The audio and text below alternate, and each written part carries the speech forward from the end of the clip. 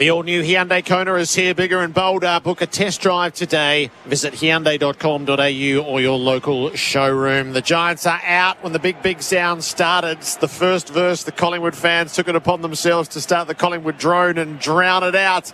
And there's one bay of Giants fans that looks like down at the punt road end. It's an even smaller army than usual just for the moment. Maybe there's another pocket of them that will reveal themselves as we go, but they've got their placards and they've got their flags and they've got their pom-poms as well to shake up for the orange tsunami and see what they can do at the MCG. It's going to be a lopsided environment, that's for sure. That's just a little taster with the Magpies warming up down in the rooms below. So Leon Cameron and Jared Healy, actually we won't start the preview until the Magpies run out because I don't think we'll be able to hear ourselves when they do. Can we get 1 minute from you on Tony Shepherd, Leon? Yeah, look, I think there's just a bit of run out here, but Tony Shepherd been fantastic. Jared, as you know, I caught up with him during the week, had a coffee, just his legacy, starting up a club, Western Sydney, powerful businessman, not just in New South Wales, but all over Australia. They couldn't have picked the perfect person to have that club. And I know he's bowing out at the end of the year, and he would want nothing more than to knock off the Pies tonight and take that into the grand final next week. So here come the Pies, a big broad smile on the face of Darcy Moore, the captain, as he leads them out. And Nick Dacos is right by his side, the competition's best player this season. As they emerge, the flamethrowers, the fireworks atop the grandstands, and the roar out of the stands as they just warm themselves up, the Collingwood fans, in an environment that is entirely theirs tonight. Righto, Leon and Jared, take us to it. What are we thinking ahead of the first preliminary final? Well, I'm thinking that Collingwood will be trying to land the first punch as they've done in the last few finals. They certainly did it against the Demons and it got them across the line. They did it last year against Geelong. And if it hadn't have been for Geelong's absolute superiority, they would have got Geelong. But Geelong found a way to get back, and Atkins, I think, in that last quarter, got them across the line. But they'll be attempting to do that. I'm not sure what the Giants do in response because they'll know that, but they'll be trying to land their own punch. It's a question of whether or not they can get some scoreboard on. If they can, I reckon their objective would be, Leon, just to finish quarter time neutral or a goal in front, if you like, because if they go into a 3-quarter or 4-quarter tussle, then they're going to give themselves every opportunity. Yeah, you're right, Jared. And look, I think, the start is important for both teams, as we know, and Collingwood are fast starters. And traditionally, the Giants at the start of the year, probably the first half of the year, they weren't really fast starters. But I think that they've resurrected that. Both finals have sort of been with their noses in front, away here against St Kilda and clearly against Port last week. If they could come in even at quarter time, they would be absolutely stoked. Yeah. It means that they're settled. They're not worried about the crowd, and they're in rhythm. And we heard Geno say their game is improving every week. All indicators, just pound for pound, say that the Giants, take the crowd out of it, are going to win the game, just on their pure form. Yep. But we also know when you get to prelim final, it doesn't matter. Form is great to have. It's just who handles the moment. Every little thing is under the microscope, from the kick inside to the running receive to the shot on goal to the missed tackle or the tackle. It's going to be an intriguing game. If they are in front at quarter time, if they are level pegging at quarter time, the Giants, I just think they're good enough to win in an arm wrestle. And, I know Ooze had probably a different opinion to me on the week off. Yep. When you play consistently good footy leading into a prelim, it just hardens you. And I know they're coming off a 6-day break, but they couldn't get to this ground quick enough. And we're going to know pretty quickly whether or not they've got heavy legs because of their travel routine the last 3 weeks. But it's going to be a huge task for Collingwood. They want to, come in at quarter time by, a couple of goals. They're going to have to make the most of their inside 50s because of the Giants' defence. If it goes in there 50 times, guys like Hill and McCreary, they're going to have to kick scrappy goals because I can't see them kicking more than 10 or 12 goals. On the other side of it, the Giants' forward line is very potent. Yep. But Collingwood's backline last week against Melbourne was outstanding. So whichever way you look at it, there is unbelievably great matchups. It's going down the wire. If it is an arm wrestle, I just think the Giants might poke their nose in front. Yeah, Collingwood have got a history of winning those close games, but they did lose the prelim final last year. It was the only close game that they lost last year, but I still think that the Pies by a skerrick, but when you put the Tides on paper, you just look at how much talent there is, and I think we as neutrals are going to be the big winners here. We should see a spectacle of ball movement, of AFL footy at its finest. It's a fantastic night. It's pretty dry. Doesn't look like there's too much dew on the ground, and you've got some really super players like Hill and Whitfield, etc., that can just go with pace. So put us into the matchups for Corteva. Keep growing with Corteva Agri-Science. Well, I'm looking forward to just a few peripheral ones.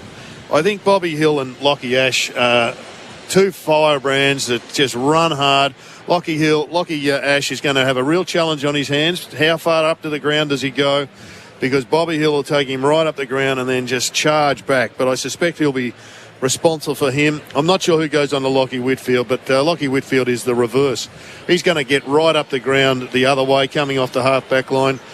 He sets them up. He's nearly their most damaging player.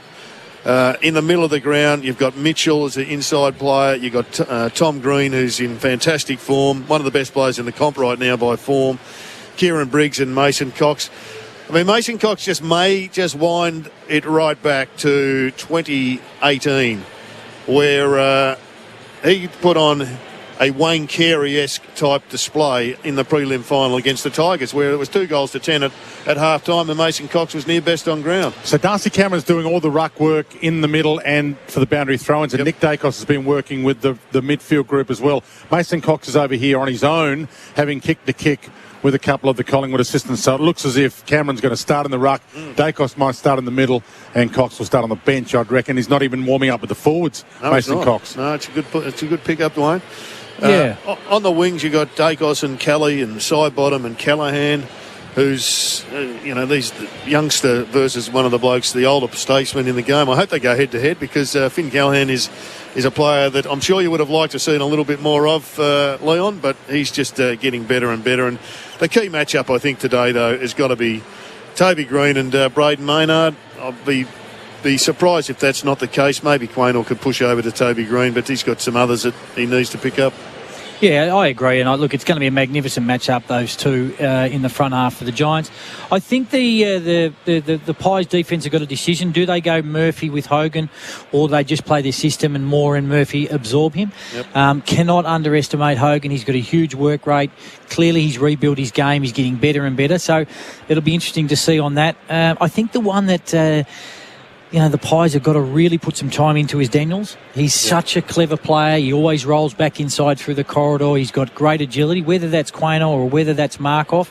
They've got to make sure that he doesn't get out of control. And if I'm sitting in the Collingwood camp, I'd probably play Pendlebury on Tom Green, just off his back. Yep. It's not a tag. It's just more take control. Make Tom Green think about him a little bit more. Yep. Green's had it all, probably his own way the last 2 weeks, and he is such a superstar of the competition. He's only getting better.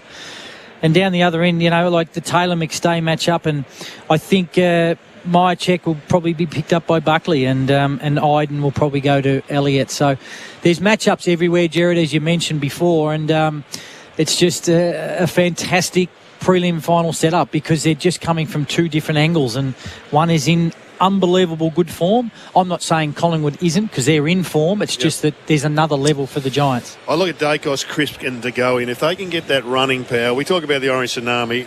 I haven't got a name for the Collingwood one, but when they start flying off the half-back line, they are just so exciting to watch. And De Goey coming out of the front of stoppage from the middle, you can just see him coming forward and lighting up the goals with one early in the piece to warm up the army. Very exciting two midfields, and ultimately they are going to go probably head-to-head to decide who wins the game. If accuracy doesn't, and accuracy has been a big factor in finals so far. It has. It's been one of the defining aspects of this final series across the first couple of weeks. Paradigm Aralex Active Herbicide, reliable wide-spectrum weed control in cereals. The teams are going through their warm-ups for Ream, Australia's favourite. That's steady, hot and strong. There are just excitement players everywhere you look in this game. Who could provide the unmissable moment for Drinkwise? You won't miss a moment if you Drinkwise. Oh, look, it's everywhere, Jared. I mean, DeGoey coming out of the front of the stoppage, we know he can kick 50-metre bombs. Cornelio had his best game of the year last week in a final. I mean, they'll be matched up against each other. You talk about Kelly. I mean, Dacos and Callaghan picked 2 and 3. Yep. And Callaghan's only getting better, and we know how good Dacos is. If they line up out in the wings at times, I mean, everywhere you look, I mean, Bobby Hill, if he gets goal side, look out. And McCreary, if they get goal side. So the Giants' defence are going to make sure that, they can't get goal side, so they can get those goals out the back. But, I mean, realistically, I think everyone in the stadium... You've got to pick one, Leon. The Maynard Green one is just going to be outstanding. Okay. I'm going for Mason Cox, Jared. He's going to give us an unmissable moment. I don't know what it'll be, but the big American, he's going to stamp his authority. Our travel partner is Bargain Car Rentals, the best price guarantee, no hidden fees, and Australia owned. That's a bargain. These teams finished 1st and 7th. The Magpies took first place on the table in round 7 and held it for all bar their bye rounds. And the Giants are coming from 15th. This is well documented. A withering finish to the season. A ladder update for Isuzu. Live your own way in the Isuzu D-Max. The Kubota cast, our weather for Kubota. Together we are shaping and building Australia. It's 12 degrees. It's been a lovely September day. Sun a little bit on the chilly side. It's going to get as low as 9 tonight, but 12 degrees right now.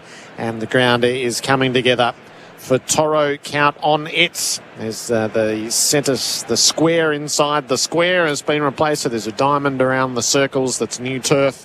And the rest, you can still see the rectangular pitch that was here for the rugby union a couple of months ago, still clearly marked with the darker grass. Count on Toro to get the job done. So a pause in the warm-ups.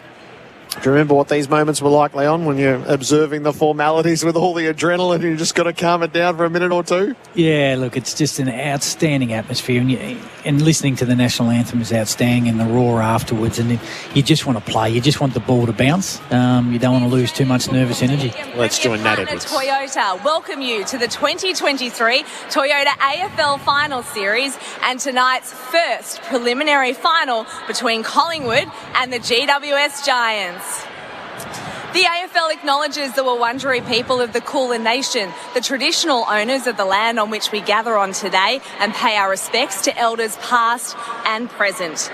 We acknowledge we play our great game on this land and respect the cultures of all First Peoples, the contribution to our nation and contribution to the game of Australian rules football.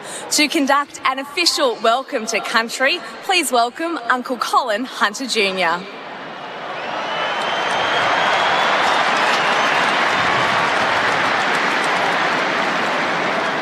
I'd like to start by acknowledging that this evening we are meeting on the lands of my ancestors, the Wurundjeri people, and I'd like to take this opportunity to pay my respects to my elders, both past, present and emerging, elders from all nations, but I particularly want to pay my respects to everyone gathered here this evening.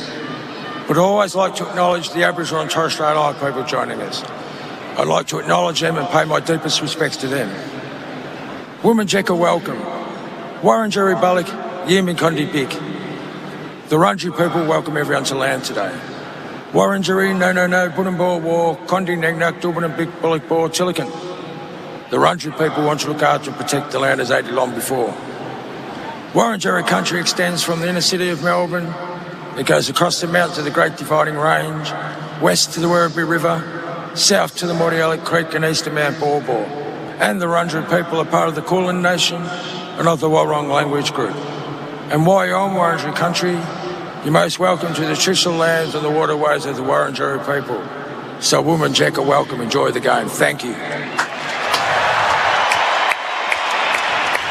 Thank you, Uncle Colin. A beautiful welcome.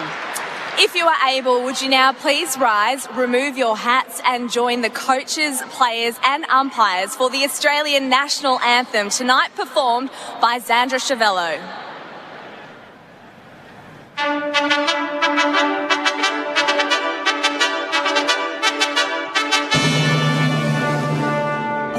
Australians, let us rejoice.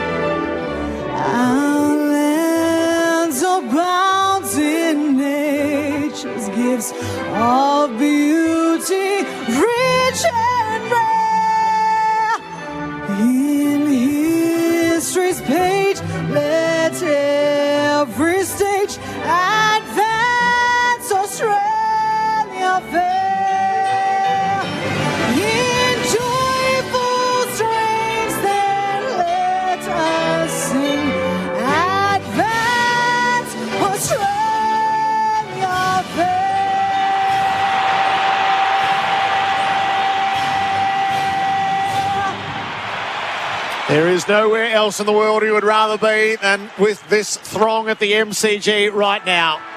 A couple of minutes away from the first preliminary final. Down at the Punt Road end, the one bay of Giants fans. They don't seem to even have the whole bay. They feel like you can measure them by the dozens rather than by the hundreds tonight, and in what has been pitted against them in Magpie colours. Final piece of the warm-ups and the final word from our experts for Local Expert. Get the job done with Local Expert. Leon Cameron and Jared Healy. Well, Leon, I'm seeing more than just a few Orange supporters down behind the goals. They're speckled around, but speckled is about the best we can come from. But they're not the important ones. It's the 23 in the orange jumpers out there at the present time who are going up against this immovable force called the Collingwood Footy Club. They've got running power as good as Collingwood's. They've got strike force potentially better than Collingwood's. But they've got a massive challenge here tonight. And Collingwood, well, they've just got the challenge of expectation. They've been the best side all year. Expectation can be really heavy, but I love the coach and the way he handles Collingwood. They're mentally really prepared. They've had a bit of a down patch 4 or 5 weeks ago, but they built their way back into it. Their footy against Melbourne the first quarter. If they play like that, they will win the flag by 10 goals. It's not as easy. If they get through tonight, they're going to be incredibly well placed. So, yeah, look, Collingwood have been the best side, as you said, Jared, all year, and just got that feeling that prelims are so hard to win. And as I said, if the Giants are in it at quarter time and they have an arm wrestle, I just think that they can come out the other side just because of just the form they're in. But it's going to be a wonderful final, and to predict a winner is just, you've got to be Nostradamus, I think. And I'm looking forward to just the matchups all over the game. And you mentioned the speed of ball from both sides. Let's hope we can see a really good scoring prelim final, and one that's just going to be a memorable one that we're talking about for ages. I think Darcy Moore is a real key for Collingwood and for a Giants victory. They've got to work the ball around him. Can't have him coming in and taking intercept marks. But it's an opportunity for someone to write their own histories. Toby Green couldn't have had a better season, but in reality he can. He can lead this side into a grand final. Bobby Hill was huge last week. Has Sidebottom got another big game left in him? Has Pendlebury, can he be the match winner tonight? And Big Mason, well, Dwayne, he's fooled us all. Big Meso is in the ruck. Absolutely. So stand by. No Nick Dacos in the centre square for the bounce either. Opening siren, preliminary final. Collingwood and the Giants for a place in the decider next week on AFL Nation. You're with Dwayne Russell. Lipinski on Whitfield will be a tag. We're going to have to build ourselves a bigger stadium, I reckon, guys. It's barely big enough just for Collingwood fans in here, and the feeling is fantastic. We're underway in the prelim. Flick hand pass is good. Whitfield's been put on his backside, but he got it to Cornelio. Heavy pressure already. Heads out wide. Little bouncer on the deck. Josh Dacos gets there. Turns outside. Howe's there off and running for him. Heads out wide. And McStay gets his hands on the ball early, but he drops it across the boundary line and will get a ball in. A few metres the Collingwood side of the Shane Warne stand wing. Opening minutes of this magnificent sight we're seeing here at the MCG. The winner into the granny. Bobby Hill was the early enforcer. Nick Dacos has started on the bench. Cox swings it down underfoot. DeGoey attacked the ball hard. Hand pass to Josh Dacos. Kicks the Maggies to half forward. Poorly directed. And Perryman with a straightforward intercept. Has a little glance to his right.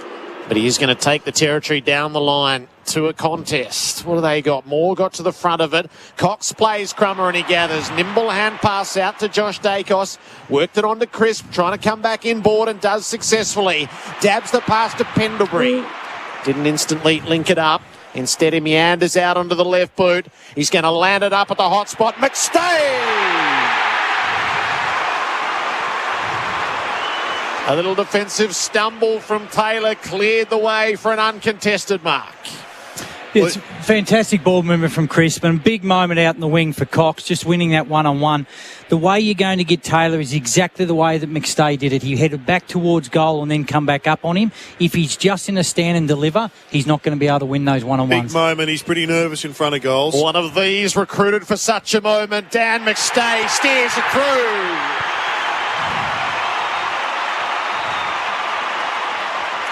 And the black and white army roar early. 1 straight to nothing after 2 minutes on the Glencore scoreboard, advancing everyday life. Well, the Giants would know they're alive right now, but well done to the big American getting that ball up. He's got good hands. He's improved as a player over the last 2 years under McRae. And it was a great kick going inside for McStay. But as you said, Leon, it was a terrific move. It was the Dunstall duck back move. He went back and then he came forward, and great kick. Yeah, and you pointed out at the start of the bounce, Jared. It's whether Lipinski goes with Whitfield. It sort of sits off his back, but at stoppage he wasn't. So that's going to be a really interesting matchup. I hope you can feel it as well as hear it. The Collingwood chat ringing around the MCG, back in the middle. And it's Briggs and Cox, and you can hear a pin drop now from the restart. They size each other up. Cox, double-handed pat down to De Goey. Got it to Crisp, got it to Pendlebury. Had to go off the deck. Kicks a little roller towards the wing. Kelly got there first. Side bottom had him. Got a little kick away. Travelled about 8. Little chip off the deck. Went to Lipinski. He's had his jumper almost ripped off him straight away. He's almost bare-chested as he dives back in to lay this tackle, and we'll get another ball up middle of the ground. Yeah, not made of the stuff they used to be made of, these jumpers. Ball up middle of the ground. Collingwood leading 1-0. Briggs wings the tap, but side bottom is onto it. Brush to tackle, got it onto the boot. Lands at half forward. McStay made the contest. Loose ball. Hills in and after it. Ash gathered, ran into Lipinski. Tackled, held the footy up. Earns the ball up. Interesting setup at that stop. He's lucky Ash was the stay-at-home defender. His man went up the ground and he just left him there. AFL Nation for Elders Home Loans and for Tyre Power. Big footy final sale. In the skirmish, off the ground goes Daniels. It worked. Kelly, sharp hand pass to Cornelio. Giants come forward for the first time. Kick was out in front of Hogan. Murphy beat him to it, towed it away. Not quite clear though. Hogan got a hand pass to nobody in particular. Toby Green and Maynard went to ground together. The ball is buried underneath them somewhere. Yeah, McCreary's pace is going to be interesting, or is it Murphy's pace on Hogan? Could be a problem for Hogan. So still Maynard on Toby Green at the moment. Cox, little backhander at half back. Fling over the head from Tom Green. Couldn't get it to a teammate. Penalty wrapped up quickly by Whitfield. Will get a ball up just inside attacking 50 for the Giants. And you know that, Jared, Collingwood are sending an extra up at the stoppage and allowing Ash to play that spare, especially between the arcs. Leon Cameron with Jared Healy. Great to have him in the house. From the ball up to Goey. Quick fire handball through the legs of Lipinski. McCreary a little toe off the deck, but it'll be a Collingwood ball. It's coming back to De Goey at centre half back. The Glencore scoreboard advancing everyday life. Collingwood 1 straight. Giants yet to score. 4 minutes gone opening term on the Makita XGT clock, and Maynard's got it. Collingwood fans have decided to wrap the arms around him vocally. Up to side bottom. Stationary play down the members' wing. Kick long down the line. Cox and Briggs set themselves. Briggs made a spoil. Has to be one underneath. Cox dabs it ever so cleverly off the ground to go. He couldn't quite complete the task by hand. Taylor on the turnover. Got it away. Kick went down the line. Straight back to side bottom from Ash. It's a Collingwood ball at halfway. Side bottom looks around. Almost every Giant ahead of him now as he stands outside the boundary line. Now skips his way in. Mason Cox might go up unopposed here. He does. They came late, but knocked it down to McCreary. Sidestep one. Sidestepped the couple. Gave it to Lipinski by foot. He intended to go. He turned in the tackle by Cornelio. Brought to the deck. 40 from Collingwood's goal. And we'll get another ball up. Our experts for local expert, a job well done. Jared Healy and Leon Cameron. It's that forward surge that can really, really cause the Giants a bit of issue. They did really well to defend at the Giants this end. Crisp at the stoppage, threw it onto the boot, had good direction about it. He wobbled it home. Collingwood have got the first 2. And the fireworks spark atop the grandstand again. 2 straight to nothing after 6 minutes on the Glencore scoreboard, advancing everyday life. Yeah, it's interesting, Jared. I mean, Collingwood are... Here comes Nick Dacos. I'll stop there. Yeah, the roar was enormous, but you were going to make the point, Leon. Collingwood are sending that extra up in stoppage between the arcs, and just then Crisp was the spare. Yep. The Giants have got to be careful. Do they make that decision? Does the halfback flankers come up with him? And right now, Collingwood are probably on top in that moment, so they've got a decision. Do they take the numerical or do they come up?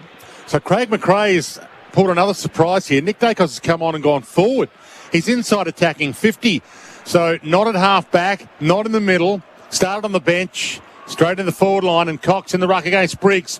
Perfect start for Collingwood, and Cox wins another knockdown to De Goey. Back to Mason Cox. Tried to get a toe poke in the Nick Dacos direction. Couldn't get away with it. Ash caught by the arm. His kick as he was slung found side bottom.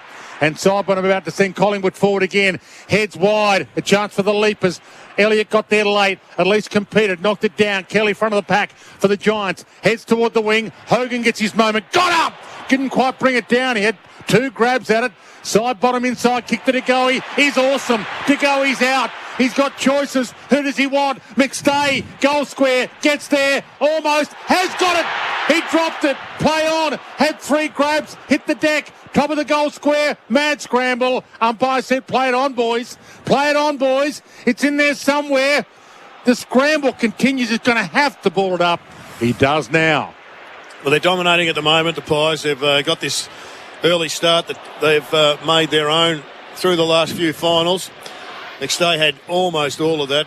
Mason Cox is having an impact with just little tiny things. Briggs threw Cox away, got away with it, but couldn't do anything with a kick, so it's still at the top of the goal square, and it'll be balled up once more.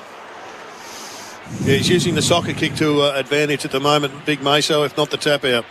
Briggs reached in, won a tap. Toby Green's put himself at the source. His kick is up in the air, and Lloyd makes it good. They need a bit of territorial reprieve here, the Giants. They have been defending for the first 8.5 minutes of the match. Kick comes across the face of goal to Iden. He needs a target on the way out. He goes for a bouncing run. Caresses the kick for Ash, who can turn and flip the hand pass out wide to Himmelberg. Up the line he goes. He wants Brown. He had good position and he takes the mark. Well, that's 50. Inboard, yes. Yeah. Jared saw it. 50 is called. Now Daniel's got the kick delivered to the square, but it's all going to have to come back. Brown is going to be put well within range. It had to be 50 against side bottom. Very stiff though, the Giants. They had that one sorted. Lockie Keefe was desperate for a shot. Yeah, and look, that's where the Giants' form has been absolutely outstanding in the last 6 or 7 weeks, taking from one end of the ground to the other. Now, they got lucky with the 50, but that overlap, Collingwood covered the corridor, but the Giants worked away. They switched the footy, got the overlap and the run, and they look really dangerous from there. Big shot this. Callum Brown, it is simple enough in normal circumstances. 35 out, no angle, poor strike, missed to the right. So the Giants didn't get what they needed. They're down 50. By 11. Isn't it, the Jared? 50 cost them a goal. Cost them a goal. But it's one of those goals that he'd normally kick. He's a pretty accurate kick, but that's what 95,000 barracking against you might do. Howe heads to Cameron. Up he comes and takes the mark. Half-back flank for Collingwood. Poor checking there by Himmelberg. He should have been able to read that one. The ruckman was 10 metres in front of him. Chip kick inside to Howe. His chip kick to Mitchell. Worked their way almost to the wing. Mitchell back pedals to half-back. They lead 2 straight to 1 behind Collingwood on the Glencore advancing everyday life scoreboard. Mitchell heads long. Elliott might get up. Oh, boy, did he get up, but he didn't mark it. De Goey crumbed it, wobbled it inside 50. I think he'll get away with that. Did he have sufficient intent?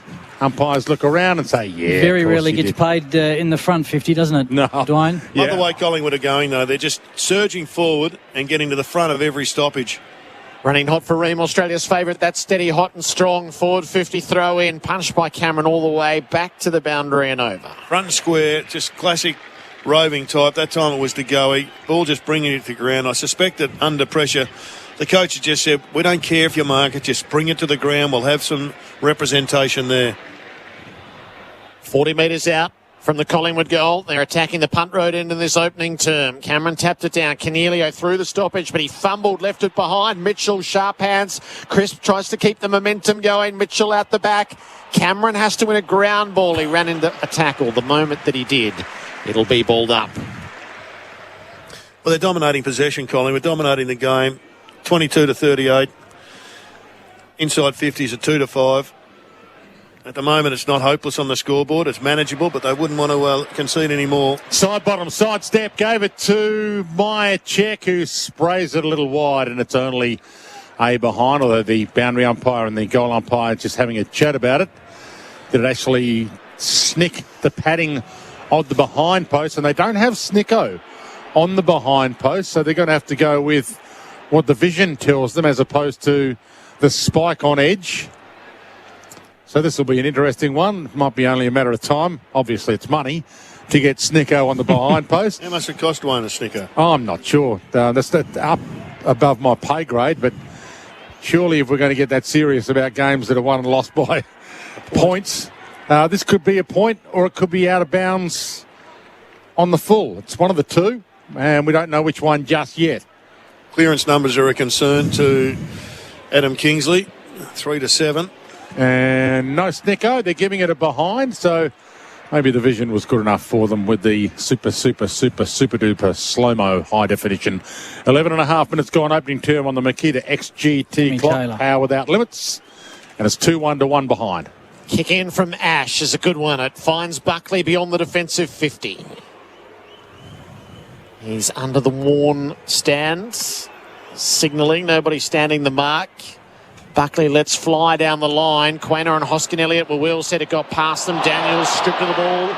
It landed, though, with Tom Green, who kicks to full forward. Hogan used the hands on Cameron. No whistle. Moore digs in underneath. Markov runs into tackles. The ball is tied up. Balling up. 25 out from the Giants goal. It's funny, isn't it, watching modern footy, the zoning, there's so much zoning, and then they're long down the line. Giants had 4-2. Yep. They win it, and all of a sudden they can get out the back. Thanks for fast footy. From the ball up, Tom Green had a little chance. Keefe jumped on, and we'll get a secondary ball up. About 40 out from the Giants goal, and they're yet to get a goal. And we've played 14 minutes now, opening term. From the scramble, Daniels had a piece of it. Tom Green's got it. They've got him. Ball flicked toward Murphy. He's rolled in the tackle. Was he rolled with a little high amongst it? No. Collingwood fans went up for a second, thinking that he might have lost his headband. There's a push and shove with Cumming. Right now, Dwayne, they've got 2 extras up at this stoppage, Collingwood. And they're clearly keeping the deepest defender in Connor Iden. He's 50 metres behind play. But it came to Callaghan. He in turn a flick handball, jumping on it. Well, who's going to... Umpire's probably going to say ball here. Collingwood fans screaming. Noise of affirmation of 95,000. So it's a DeGoey free in the back pocket. And he can't go far. You're right, Jared. They had 2 up. He's got to now wait for the numbers to catch up and get ahead of the footy. It's Jamie Elliott that's pushing right up the ground. Connor Iden won't have any up bar of it, though. To go out the side to Howe, who steers it up to Hoskin Elliott. Defensive side of the middle. Searching for the next target, which is not entirely obvious. Josh Dacos ran into space, but he had company. Perryman made the spoil, and the Giants had the numbers. Cummings works it away. Kick comes forward from Lloyd up near Bedford. Murphy the other way, jarred it for Hoskin Elliott. Links it up with Howe. Nick Dacos has his first touch. Veers out onto the right boot, uses it splendidly to Goey. Eyes forward, didn't go in a helter-skelter fashion. Switch kick instead to the near side. Quaynor given right of way by his captain. Takes the mark in the pink boots. The rest of the switch is not quite there initially. So Quaynor signals his intention to kick it long, and he will to half forward. Cameron's in the pack. Knocked away initially. Myercheck gathers. Screws it to full forward. It sat out in front. Hill ran down. Taylor jarred it clear. Bobby's on the boundary. Showed him the ball. Snap. Didn't get enough on it. And it's well marked on the last line by Cumming. And he's quick to play on. They've got some space if they can use it. And they always want to use it. Lloyd gets it. Kick. Hammers it long. Terrible kick. Murphy and Riccardi. Murphy gets it. Handball's inside to Markov. Handball's back outside, hoping for Nick Dacos. Hemmed in on the boundary. Flick handball back to Markov. He's exceptional. His short pass just as good to McStay. Dumped away last second though by Buckley. Got it to the middle to Tom Green. He in turn short pass to Keefe. He wants to go. Wants the corridor. Finds the corridor. Handball Toby Green was exceptional as well. To Kelly, who hammers it forward. Bouncing ball. Quaynor. Brown. Quaynor. Quaynor kept it alive. Unbelievable, but he was out of play, the umpire said. But he wanted to get that and go. That was his intention, but he stepped back over the line, and it's Collingwood leading. For much of Collingwood's dominance, Jared, they're just not making that right decision going inside 50, are they? And the Giants are rebounding pretty easily. That'll be probably disappointing from McRae's point of view. Collingwood by 12 points, 16 minutes gone, opening term. Cameron wins the tap, side bottom, straight through the stoppage. A wonky old ball down the wing, though. It turns boundary side, Iden up to meet it. Hand passes away to Perryman. Chips it forward to Kelly. It was paid as 15. Crowd agreed with Jared. 8 metres. Kelly has the ball and halfway in front of the members. He looks inboard. Kicks to the 50. Moore was well set. Hogan made the spoil from behind. They chased the ground ball. Crisp knocked it to side bottom in the tackle of Toby Green. Towed it away cleverly. Back to Crisp, up the line. Myercheck didn't quite hang on to the mark. Then ran headlong into a tackle. It turned over. Iden to Callaghan to Perryman. The Giants plot their way forward through Keefe. Looks around, he's got a handball target, Tom Green. He's 80 from goal. He pops it inside, 50 stolen. Hoskin Elliott, one poor, heads wide, heads to Lipinski. Bang! He was stumped after he took the mark. It could be 50. And it is just getting loud in here. Well, it's a great intercept mark by Hoskin Elliott. Could prove to be a grand final winning move. Hoskin Elliott across the half-back line. So Lipinski brought all the way to the wing. He chips it wide. He goes to Josh Dacos. Too far out to score. 80 from goal. He looks around. He short passes himself to Pendlebury. Too far out to score. 65 from goal. He winds up. Pulls the top of the square. Chance for the leapers. McStay having some sort of game. Well, McStay is playing a fantastic role. He's coming around the back of other people and taking the front spot.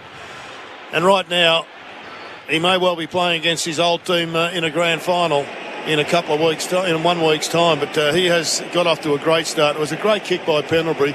They've got Mason Cox down there, and Mason Cox is basically giving him the shield and the block, and he just comes around, takes the front spot. For a 3-goal lead, you'll hear a massive roar. 19 minutes gone. That's and his he issue. misses. That is his issue. Always has been. He's a terrific player, but he does miss too many of those pretty easy shots. You're right, though, Jared, before that outstanding kick from Pendlebury. They are screening Taylor something chronic, and the Giants got to make sure that they take front position on those long balls in. Collingwood 13-point lead. Iden brings it long down the wing. Riccardi stood his ground, took the mark against Murphy. It was a good one for Flight Centre. He's going to pump it up to half forward. It's a wonky kick as well. Howe made the spoil. Nick Dacos underneath. Hand pass to Pendlebury. Charged down by Bedford. The turnover came. Ward not neat though. DeGoey's running a mark as he tried to edge it forward. It was cut off finally by Buckley to Whitfield. A slip on the wing. And trouble as a result. Murphy got over the top to Lay, holding the ball. It was Cumming who toppled over. Murphy to Josh Dacos on the quick move. Cameron's the target, 60 out from goal. McStay, Myercheck and McCreary are the 3 deep. Cameron was looking to play around the perimeter. He's been called to play on. And now he'll loft it up to full forward. Cox has got there with Keefe. Out came Buckley as the third man to intercept. He wants to go quickly. He goes back to Iden, who's in the back pocket. Takes his full measure. Now he's got Brown on a 1-on-2. Brown got up there. He competed well. Not sure he had the first grab, but he got paid it. Collingwood fans don't believe he had the first grab either. Inside kick to Whitfield, half-back flank. Whitfield took a half step, and that means he's ahead of the mark. So it's play on. He wobbles one. Keefe could have taken the mark. He slapped it forward towards Bedford. Getting their first time mark off. Got the handball off. Pendlebury, Mitchell, they're all in the middle. DeGoey and Maynard. Could have gone to Maynard. DeGoey. He went to McCreary, who now drops the mark. Iden gets there. Half-back flank over to Tom Green. Nearly missed his shoe with the kick attempt. Whitfield's hammered. 3 Collingwood players come at him. And they cause a ball up. They're on Collingwood. They're on big time. 2-2. Plays one behind. Collingwood lead. 20 minutes gone opening term on the Makita XGT Power Without Limits clock. Just having a look at the pressurometer here, Leon. It's 220. Collingwood, they are killing them. Mitchell at the stoppage. Hand pass to Maynard up to full forwards. No mark for Cameron or Myercheck. And underneath Callaghan is there for the Giants. Hand pass to Ward. The pressure in his face. Up the line. Himmelberg offloaded by Hill, who's right up in their grill. He gets dragged down and he'll get a free kick. They're right in the hedge now. This pressure is starting to create some serious turnover. Bobby Hill to Nick Dacos. He kicks to the hot spots. Reaching out was Cameron, couldn't mark. Coming against the flow. Ward mown down from behind. Cornelio, it's a hot potato in there. Cumming got it to his boot. Only as far as Howe, who fumbled, and Toby Green as a result got it. Callaghan back to Toby. Got taken high by Quaynor. It'll be Toby's free kick in centre field. Not a bad professional free. They were out there, the Giants. And they're still out with Riccardi as well and Lloyd. Yeah, so Green now sees it, but Collingwood zoned back really, really quickly. It wasn't a deliberately given away free, but it worked for Collingwood. Toby Green heads to where he'd like to be. Long. Keefe is under it. Murphy's there. Howe's there. Both getting each other's way in the end. And a free kick. Play on. Bedford didn't really want to play on. He gave it. Riccardi outside of the boot. Hits the post. The umpire looked at Bedford and said play on. And Bedford, I'm not sure he wanted to. He should have just said to the umpire, no, I'm not. Yeah, he had to open the goals up rather than close the goals down with that handball release. They're big misses for the Giants, though. They've had two pretty good looks and missed them both. They're down by 12 points. Long on the way out. Himmelberg's well set. So a repeat entry. Got the corridor, but he didn't take it. Yeah, it really was on to. It's pressure. Ash He doesn't want to make a mistake. Himmelberg up to full forward where there's a big crowd gathering. Off hands into the pocket. Murphy runs it over the boundary. 99 times out of 100, Himmelberg hits that kick. Yeah. But on this occasion, he's just a little bit tight, and was well controlled by the Pies in the end. 4 minutes and 20 seconds remaining in this opening term. It's 2-2 to 2 behinds. Collingwood lead the Giants in attack. Boundary throw in landed short of the ruckman. Daniels tried to knock it on only as far as Josh Dacos. His hand pass cleared the area but turned over. Callaghan around to Himmelberg. Back to Callaghan. He really needed somebody else there. Onto the boot as he was slung. Briggs dropped the uncontested mark inside the 50. Pendlebury ferrets it out. Quayner's run down. Daniels stripped to the footy in the heat. Pendlebury got it away to Lipinski. Kicked it out to the side. That should work. Josh Dacos is onto it. And they're away here. Mychick's on the wing. Gets up there. That's a free kick. Sport away. Item chopped an arm, but he got away with it. Sam Taylor gave to Whitfield. Goes all the way back to Buckley at half back. Kieran Briggs, the other side, aren't they? Hands on hips at the moment, wondering how he dropped that mark 40 metres out, uncontested. He might get another chance here. Lloyd, short to Ward. He's on the wing. Whitfield's in the corridor. He ignored it. He went to Toby Green. Not a bad man to go to, but he's a long way from home. He's 90 out. He's 95 out as he backpedals. Gets a boo or two, Toby.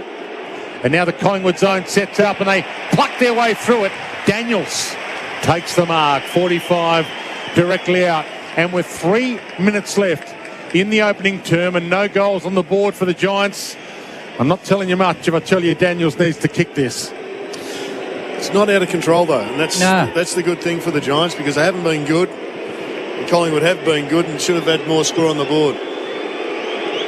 Directly out. 45 out. Struck it pretty well. He's using some body language. He didn't strike it well enough. It's only a behind. And they have blown some chances on the Glencore Advancing Everyday Life scoreboard, the Giants. They're 3 behinds. Collingwood 2-2-14. Kick in was sharp, and then the kick to the 45 on the 45 to McCreery was high risk but effective. I mean, both sides are defending really, really well, I think. I mean, the Pies probably should have had another goal or two on the board, and the Giants have missed 1 or 2. But I think they're settled now, Jared. I feel as though that the Giants are starting to settle into the game the last 5 or 6 minutes. And or out of half-back. Briggs flew at the pack, dropped the mark. It spilled to the back. Whitfield is onto it. Hand pass creative. Cornelio let a bit of traffic go by. Out the back to Taylor, who wants a target, and he's got it in Buckley. This is where they're hurting Collingwood. They're picking their way through and taking the ball from one end of the ground to the other. Collingwood's zone's been good deep, but probably not through the middle of the ground. Buckley's been told to move it along. He kicks adjacent to the centre square. Keefe set himself. Markov, though, brought it to ground. De Goey stripped to the footy by Perryman. I'm not sure that he really had it, De Goey, so it's his ball on the free kick. So 1.5 minutes left, opening term. Collingwood 2-2, Giants 3 behinds. Glencore Advancing Everyday Life scoreboard, and De Goey in front of 95,000 plus here at the MCG. Winner into the grand final next week. I like Collingwood's defence of that move by the Giants. They pushed up and restricted the outlets, forcing him down the line. Crisp long, and he finds Mychick on a lead. Too far out to score, you'd think, Mychick, unless he really opens up and blasts it from 55. We're down to 1 minute left. As he goes short, Mason will come on. He pulls the kick. He heads toward Cameron or Mason. Buckley got a hand on it, knocked it down. Still danger area for the Giants. Collingwood around it, forward pocket, and will get a ball up. The Makita XGT Power Without Limits clock says 54 seconds to quarter time. Gillies had 10 for safety steel sheds. Briggs got rid of Cox. Elliott ran through. No, you can't do that, as it was still in the ruck contest as Elliott ran to the drop of the ball, and it's Briggs' free kick.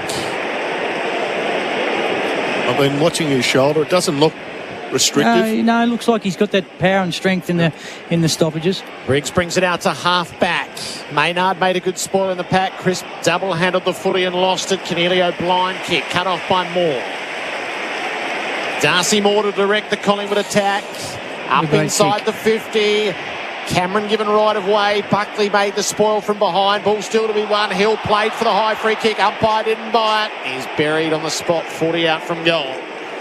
It's a poor execution from Moore. He just needed to probably wait another second or two and then drive that in a little bit deeper.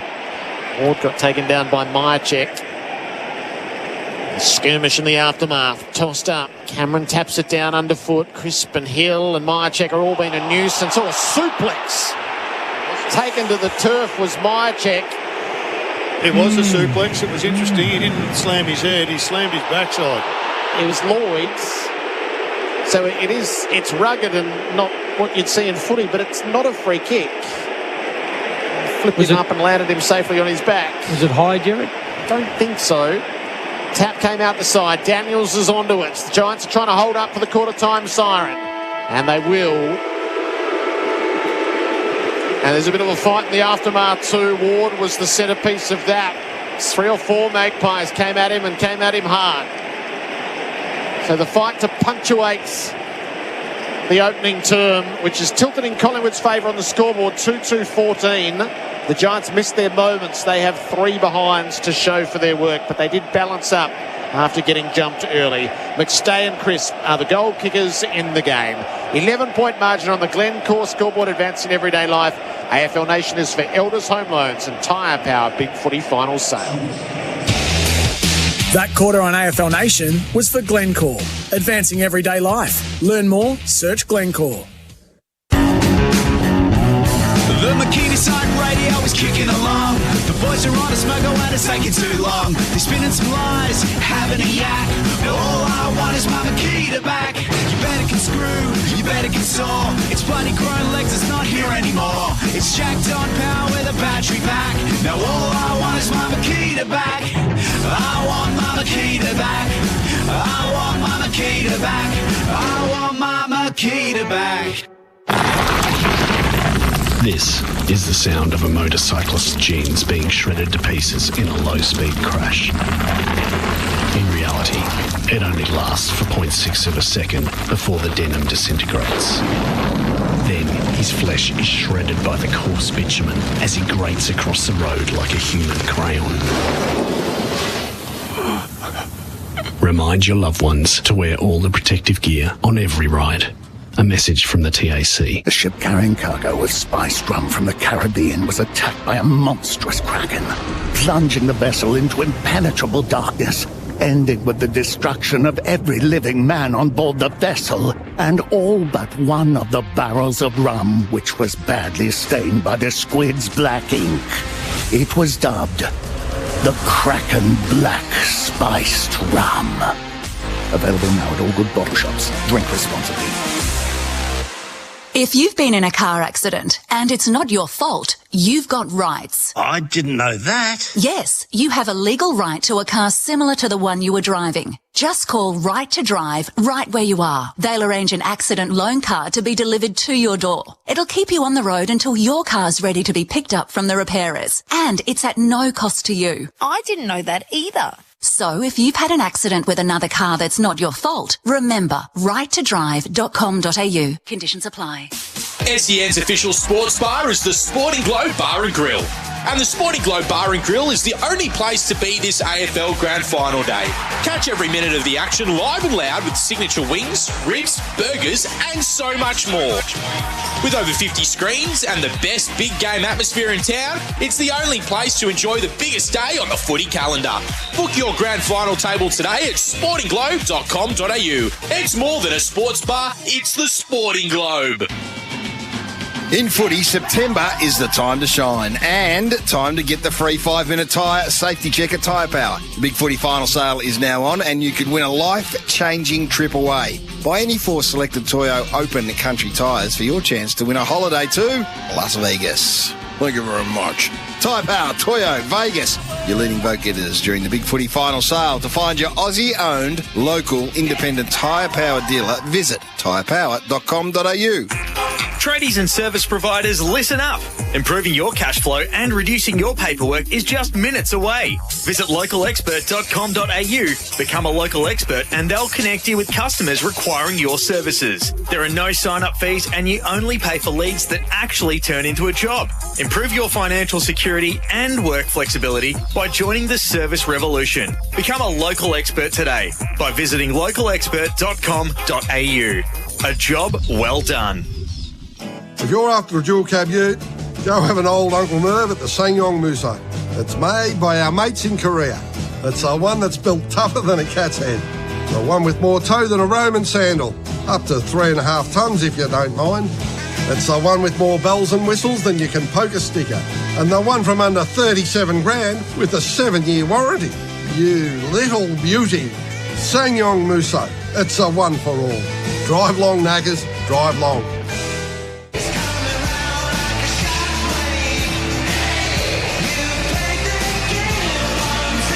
You're listening to the finals on AFL Nation for Elders Real Estate and Tyre Power. Big Footy final sale. He's going to land it up at the hot spot. McStay!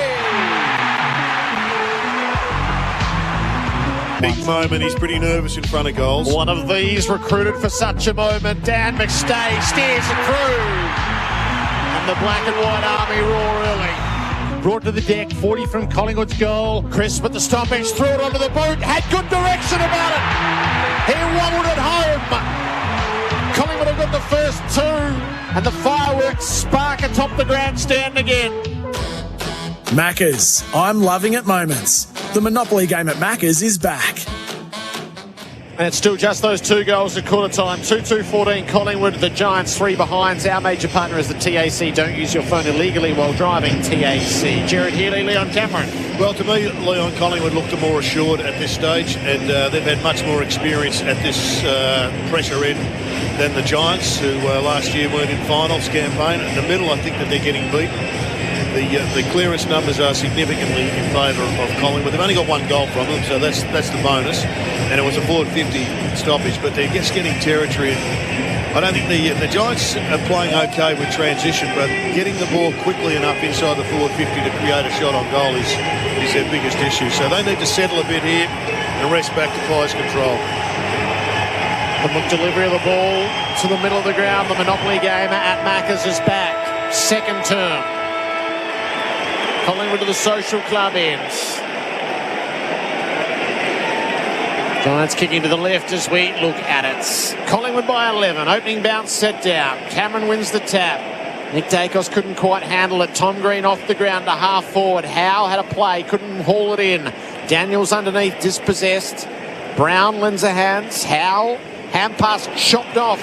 Tom Green did well, kicks out in front of Hogan. Moore wears him close, and the ball trickles away end over end out of play. Interesting battle between Green and Pendlebury, Leon. Yeah, and Green's had the 10. He started well, started the quarter well, so he's had a really big final series. But Pendlebury just sits off his back and makes sure his possessions aren't dangerous. Boundary throw in, nothing definitive from the ruck, and to go he comes storming out of the back pocket, and he plays it well for Myercheck over on the worn wing. They've still got the extra back. Iden just will not get sucked up the ground. Myercheck went by handle. Lipinski inside kick. It hit the deck. Chris claims the mark. Obviously gathered it millimetres from the deck. And he's on the wing, on the logo, looking forward as to what might be on offer. He gives some air. Chance for the leapers. Cameron! Not the second grab, though. Hit the deck. Nick Dacos got it. They've got him. Quick fire hand with a Myercheck, and his face planted on the way to the deck. Was that suplex a dangerous tackle, did you think? Was it dangerous? I don't think so. Suplex by design, slightly dangerous. It was a wrestling move. Very. Depends on where concussion comes from, Dwayne. Okay. Picked up by Whitfield. He floats it wide. It'll be coming back here. Markov marks it, and Markov marked it well. This is where they're having trouble, just that long ball in. Just whether they can get a little bit of space here. It's a kick to the top of the goal square. Elliott had a fly from the side, not a real threat. Cameron ended up with the bump ball out of mid-air. Elliott poked it through for a behind the left. Creative. Good idea. They're up by 12 on the Mate Internet and Mobile scoreboard. So it's one of those games where they haven't really been in it, but they're not out of it, the Giants. Which they'll be happy about as Whitfield heads wide. Up flies Hogan, comes down to half-back. Takes a good contested mark. There was some heat on him. Got it on a half-back flank. Has Jesse. Warren stands side. They're kicking to the punt road end. He would have hit the roof if there was one. He got it high, and Cameron stood under it and took the mark. That's just not good enough from the forwards of the Giants. That had to be a contest there. So wide to Josh Dacos. He was caught as he kicked it. Got it to half forward. Thumped away by Briggs. He could have gone for the mark. Hogan's got it. Flicks a handball out wide to Kelly. Half-back flank. Got it to Cornelio. What was it to Toby Green? If it sits, he's away. It sits and he's away. He gets corralled. Pops the pass nicely to Keefe. And they're about to go inside 50 the Giants and maybe get their first goal of the night. So they've had so many blokes up the ground like Hogan that they've just had to sit and wait. Let some orange representation get inside the 50. Keefe kicks now into the pockets. He set Daniels a big task. Koskinelli got the fist to it. It's out of bounds. Well, Daniels and Toby Bedford really haven't had an impact at the present time, and they've been one of their great strengths. Yeah, and look, they get an opportunity here at a forward stoppage, whether they can, be creative around this, but they are getting up really, really high to help their defence. Right forward pocket for the Giants. Briggs had front position. Cameron worked it well. Knocked it down to Josh Dacos. Off to DeGoey. Bounces it out of half-back. Ash did well, full-chested. Bunted it to Whitfield. Kicks to the hot spot, and Brown on the flowing lead takes the mark in the channel. That's a great kick from Whitfield. Just perfectly weighted. Just got over the hands of the Pies defender. So this is his second crack at it. They can't afford to go 3-0 from set shots. No, and you think he's going to learn from the first quarter. He settled into it. Really good set shot normally. He is. Callum Brown, he'll be a couple of steps inside the 50. His Giants need it. Brown right foot drop punt. That's even worse than the previous. Sliced it out to the right and wastes the power pass from Whitfield for Bunnings. Bunnings trade loves footy. It's an 11-point margin. It's a disappointing miss, Stuart, as you know, just to get settled, get the first goal, big deep breath. They're in the game. They're absolutely in the game. They just need to, find the big sticks. It's a big moment for the Irishman. A couple of huge moments there in front of 95,000 barracking against him. He's missed both. Howe down the line towards Cameron. Briggs out-muscles him, takes a good, strong, contested mark. So the Giants about to head back towards attacking 50. Briggs heads long. He's got Hogan, he's got Keefe, he's got Maynard! Good fly, a bit of hang time for flight centre from Braden Maynard there. One of the mark of the night contenders in the back pocket for Collingwood. Thanks to flight centre. Sneaks the short pass forward to Crisp. Around the grounds for Chemist Warehouse. Penrith 16, Storm 4 in the first half of the preliminary final in the NRL. Crisp kicked down the members' wing, and a well set was Taylor to take the mark. Well, they just have to keep going down the line because Collingwood are just blocking the corridor each and every time. Sam Taylor tosses it up to the 50. Hogan! That's a super grab. His marking form has really improved over the back half of this season, and he's one of the few Giants, without having kicked a goal, that has looked really sharp. Hand pass to Toby Green on the fly by the skipper. That'll do it.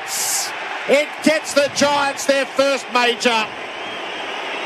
Toby inserts himself after Hogan, the power forward, hauled it in. It's a lovely play for visitmildura.com.au. 1-4-10 the Giants, 2-3-15 the Pies. We've gone 6 minutes of the second term on the Mate Internet and Mobile scoreboard. Yeah, look, Collingwood would be really disappointed. Just Toby Green hovering around that. They knew Hogan wouldn't have made the distance. And you've just, basically brought Toby into the game. Now all of a sudden he's got one on the scoreboard. He's feeling good about himself. Hogan's taken a mark. Taylor's taken a mark. That's probably his first intercept mark as well. Briggs has taken a mark. In the space of that 6 or 7 minutes, that all of a sudden the Giants are in the game now and only 5 points down, inside 50s, contested possession. The only differential really is the clearances. Yep, and this is a big one. centre clearance. So Keith into the ruck now against Cox, who sticks a knee out at him, and he gets away with it as he quite often does. Cornelio rolls one towards the wing. Brown came hard. Good collect, better handball. Gave it up to Tom Green. Inside 50, spear. Well done. Quaynor. He ran it off the boot to perfection. He cut it off just as Hogan was about to mark it, and he heads wide to McCreary, whose hands were exceptional. 7 minutes gone. Second term, 5-point game. Collingwood lead, and that clock for Makita XGT, power without limits. Where he went short to Pendlebury inboard. Hogan and Murphy have been in an elongated jumper punch battle. Backwards to Quaynor went Pendlebury, out the far side to Maynard, who can run through the defensive 50. He has a bounce, chooses his targets. He hasn't chosen particularly well because Kelly was able to fold back in front of Cameron and Mark. Inboard to Daniels. Just slipped as he went to play on. So pulls up. Right on halfway under the worn stance. Nudges it out the side to Buckley. Himmelberg's lurking. Ash is a legitimate target. That's where the kick will come. The switch is on through Iden if they wanted it. They don't. They'll stay more direct. Risky kick. Ward had to go. Pendlebury made the spoil. Himmelberg's onto the crumb though. Up to centre half forward. Daniels marks. Desperate to give it on. Tom Green. 40 outs, can go back and take the shot. It's an unusual matchup. Jeremy Howe on Brent Daniels. And that was just lucky that Daniels was in the right spot. Howe didn't have any opportunity to close the space. But very quickly, they're all attuned. Let's just get it forward 15 metres to make the shot 10% easier. Yeah, and look, what's happening, Collingwood are really struggling with their ball movement. Yeah. If they're not going fast, the slow ball movement is falling into the advantageous for the Giants, and they're rebounding really quickly. To give the Giants the lead, Tom Green from the 50, sent it on its path. Oh, has it been touched or did it carry? It carried. Tom Green squeaks it home, and the Greens have propelled the Orange to the lead. 2-4-16 to Collingwood 2-3-15. 9 minutes into the second term. AFL Nation for Elders Home Loans and Tyre Power Big Footy final sale. Well, this guy was always going to be a star from the minute he put a pair of Adidas boots on. I'll give Adidas a plug. I'm not sure whose boots they've got, but he has just continued to get better. And this year, he's better at All-Australian level. And since the last this finals campaign, he's been one of their very, very finest. And that's just a great a great shot under pressure. Well done to Daniels. Laid it off. And a really big finish to give the Tsunami the lead. Yeah, and the last two second quarters of the last two finals, this is where they've made their move. Tsunami in front for the first time tonight, and Tom Green in those Adidas boots. They're Nike, but they're Adidas boots. Long kick inside 50. Hogan, little knockdown. They're inspired. Toby Green spins it around to Riccardi, can't mark it. Daniels caught, back in the Riccardi direction. Forward pocket, can he get there? Kelly did. Hoskin Elliott ahead of him, gave it to Murphy, and now his hurry kick. Was that sufficient intent? No noise of affirmation. Gee, if there was 95,000 Giants fans here, I reckon there would have been a noise affirming that 100%. Yeah, I'm sorry, but if we're going to have the rule, that's what it's for. The scramble kick out of the back pocket straight to the boundary. Exactly. Come on. 50 out from the Giants goal. Umpires under pressure too, Jared. Cox, well, he might be watching on next week. Cox punches it down to the front. Himmelberg runs it over the boundary. Oh, it's a huge challenge now for Collingwood. The pressure's right back on them now. Yep. I mean, they had their 2-goal buffer. They missed a couple of shots. And now all of a sudden the Giants find themselves in front. And you can just see that Collingwood just a little bit tentative, their decision-making. Crowds much quieter than the raucous start. Cox all the way back to the boundary. So we're just going stoppage to stoppage. Well, the question is, they've exerted their 200-plus pressure in the first quarter. What can they have in store to just basically get back control of this match? Because they've got to show that they've got more tricks than just a gut punch early. Crowd sensing that their team needs them. Tap comes underfoot. Ward taken to ground by De Goey. So it's hand-to-hand combat around the footy at the moment. It refuses to move. 60 out from the Giants' goal. And the biggest issue that they've dropped off is the Giants they've actually taken control of the clearance. Jared Healy, Leon Cameron, our expert for local expert. A job well done. Hammered out of there by De Goey, but Himmelberg Took a good mark against Mycheck. This is just great front half footy. They cannot get the ball out, Collingwood. They've tried 3 times now. Himmelberg danced outside of Mycheck. Heads wide. Keefe is up. Can't take the mark. Cox got a knuckle on it and nearly got the crumb.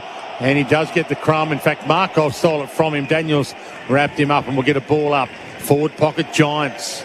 You're exactly right. And it's just going out and coming back with interest. Like a trampoline across the half-forward line for the Giants. Cox to DeGoey. He got it off just in time to Josh Dacos.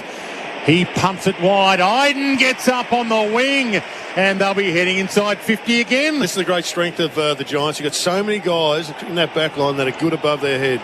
Iden wouldn't pull the trigger on the change of direction, though, so it's back down the line to a pack. Keefe had a fly at it, knocked away. Markov out to go. He lost the footy as he tried to forge his way clear. Cornelio to Tom Green. Caught off to Daniels, trying to release it over his head. Toby Green's in the area. Has it. Flips it up to full forward. What have they got? They've got Cumming. Great body work there from Cumming. It was unbelievable vision from the captain. Wasn't the finest of kicks. It didn't have to be, though. There were 3 targets there. He just pushed it out there, and Cumming has got himself a shot at goal. 20 out and directly in front was where he took it. Gone back a long way. This is a nervous run-up. Team play from Toby Green for Barbecues Galore. Huge savings with Barbecues Galore. Visit in-store or online. It's a 30-metre run-up. Big deep breath. Isaac Cumming with a gilt-edged opportunity. Skips in, kicks, goals. That's 3 in a row for the Giants. And they sneak to a 7-point lead. 3-4-22 to Collingwood 2-3-15. Mate scoreboard, fair dinkum internet without the fuss. And Jared, you said before, Collingwood's 200-plus pressure rating in the first quarter. It's just not there at the moment. And they need to find something else here, because the Giants are clearly well on top. And Tom Green is leading that charge. And contested possession, look at it. Yeah, 17-9 and for the quarter. And they just... you've got one team like the Giants playing to win. Yep. And Collingwood are like playing to sort of save. They don't want to move the ball quickly, and they're going to have to really react really quickly. This game's going to slip away. 3 centre-bounce clearances to 0. Green's got 2 of them in this term. That score for Mate Internet and Mobile. Mate fair dinkum internet without the fuss. 22 plays 15, and Briggs nearly won himself the clearance. Had it stolen from him. They've put Nick Dacos in there to stop the rod. He gave it to Pendlebury. Dumps it long. Cox leads out of the square. Can't take the mark. Ball falls to the back. Himmelberg, boundary line, Bobby Hill. Himmelberg, boundary, Bobby Hill. They're all there. And there's a little nudge. It's Himmelberg's free against Bobby Hill. The umpire was right on the spot. So free kick, Giants back pocket, and they lead by 7. 10 inside 50s to 3 the Giants' way in this turn for safety. Steel sheds long down the line. Moore made the telling spoil in the middle of the pack. It's out of bounds. The concerning part is that in their front 50, the Giants, Collingwood's front 50, they just don't look like they've got a winner. And the Giants' defensive 7 are really settled now. Really settled. Nothing for Sidebottom, nothing for Hill, nothing for Tom Mitchell in this term. Cameron got his hand to it against Briggs. Briggs then laid the tackle on Crispy, wrapped him right up for Toro Calderon, ball it up. Now, if young ruckmen are watching this, it's not about your hit-outs as much as it is about what you do at ground level. Except when you punch it like that to the side for Tom Green. Briggs did well. Tom Green couldn't quite make what he wanted, and Bedford took hold of Josh Dacos when he shouldn't have. The Collingwood fans find voice again. It's been 95,000 silent black and white fans for the last 6 or 7 minutes. So Josh Dacos pumps it long, top of the 50. Cameron's there, Cox is there, neither could mark it. Both had a piece of it. Briggs gets it at ground level, kicked it straight up in the air. Pendlebury takes the mark, it travelled to 15. Pendlebury wants to get up quickly, although he now backpedals calmly. Markov, wide. Short to Markov, that man, wide. At the point of the centre square. Now all of a sudden they've got a spare.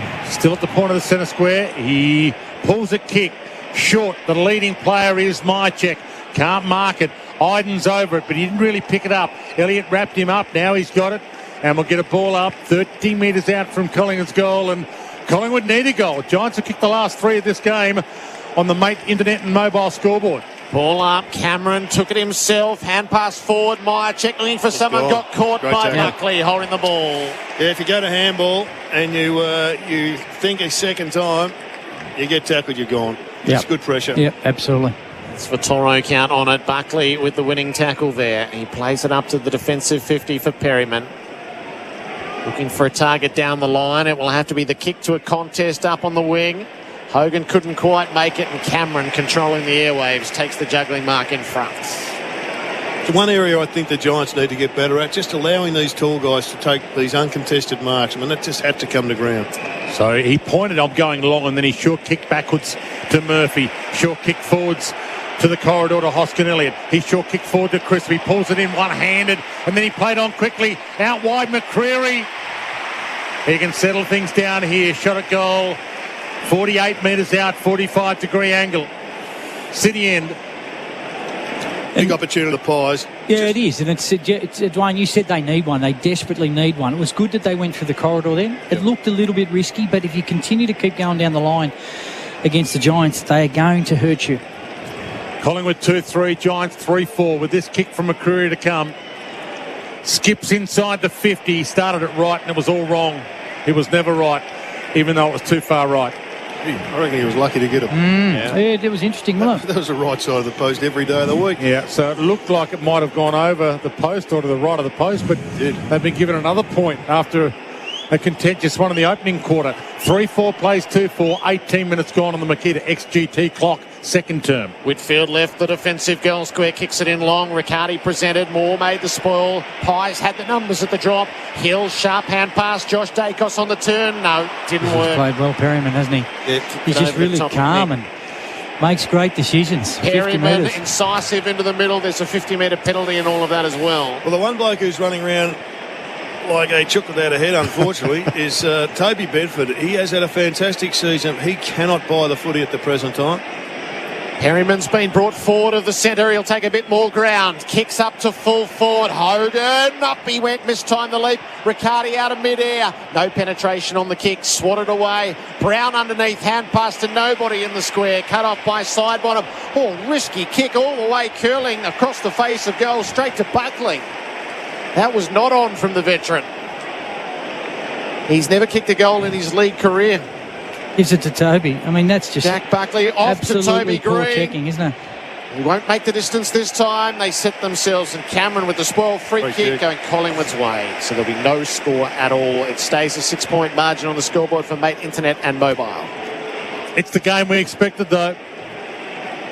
The Giants more than holding their own at the moment. Markov in the back pocket with Collingwood trailing and under pressure. Had a bounce, took his full measure, heads wide. And wrestle on Iden and Myercheck. Umpire said play on.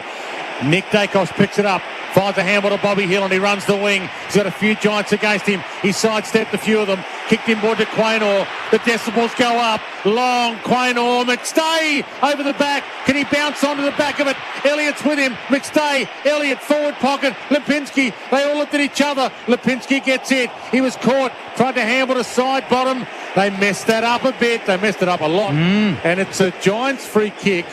Back pocket to Sam Taylor.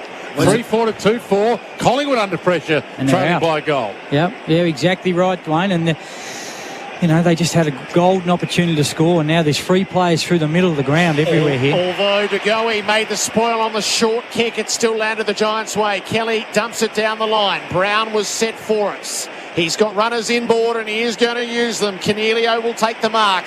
Desperate to hand pass forward and does. Kelly's on the burst. He measures his pass a bit too short. Howe helter-skelter to get there from Briggs. Cornelio, though, blind turn underneath. Too loose in the goal square. Oh. Riccardi marks. That's just a brilliant kick. To hit that target was absolutely superb. Jeremy Howe came out, spoiled that in exactly the same spot where he broke his arm earlier in the season. But the rebound shot at goal here, it was superb. Jake Riccardi, close in, 2-goal buffer for the Giants. They have kicked all 4 goals in this second term. The power pass for Bunnings. Bunnings trade loves footy. Cornelio to Riccardi, and he hits the Mate Internet and Mobile scoreboard. 4-4-28 the Giants, 2-4-16 the Pies. This is the 22nd minute of the second term. And look, Collingwood messed up the forward 50 for just 2 or 3 minutes ago, and they'd be really disappointed because they needed to score from that. But then to allow a 40-metre kick into the middle of the ground with height and then go from there, Cornelia. Again, one side is taking it on and wants to score. Another side just doesn't know how to score at the moment. Take a bow, Leon. You've made some players out here. Perryman's had an outstanding season. Cornelio, that was exceptional there. The spin, the go, the pass, and the ball up. Pendlebury got it towards Degoe. He barrels his way to half forward. Got it to Nick Dacos, 50 from goal. Had to go back to Hoskin Elliott. Down steps one. Trickles one inside 50. Clean bowl Buckley. Bounce toward Mychek. He steps around the body and he misses. And the pressure mounts on Collingwood now. But I love the Degoe move, Dwayne. He took it upon himself to make an impact, and he just forced that ball out of the centre bounce.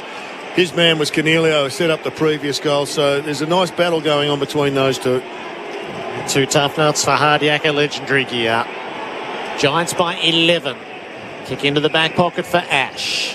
And he turns and goes, takes the territory in front of him, and he's got Bedford. It didn't quite arrive, and Bedford didn't attack it either.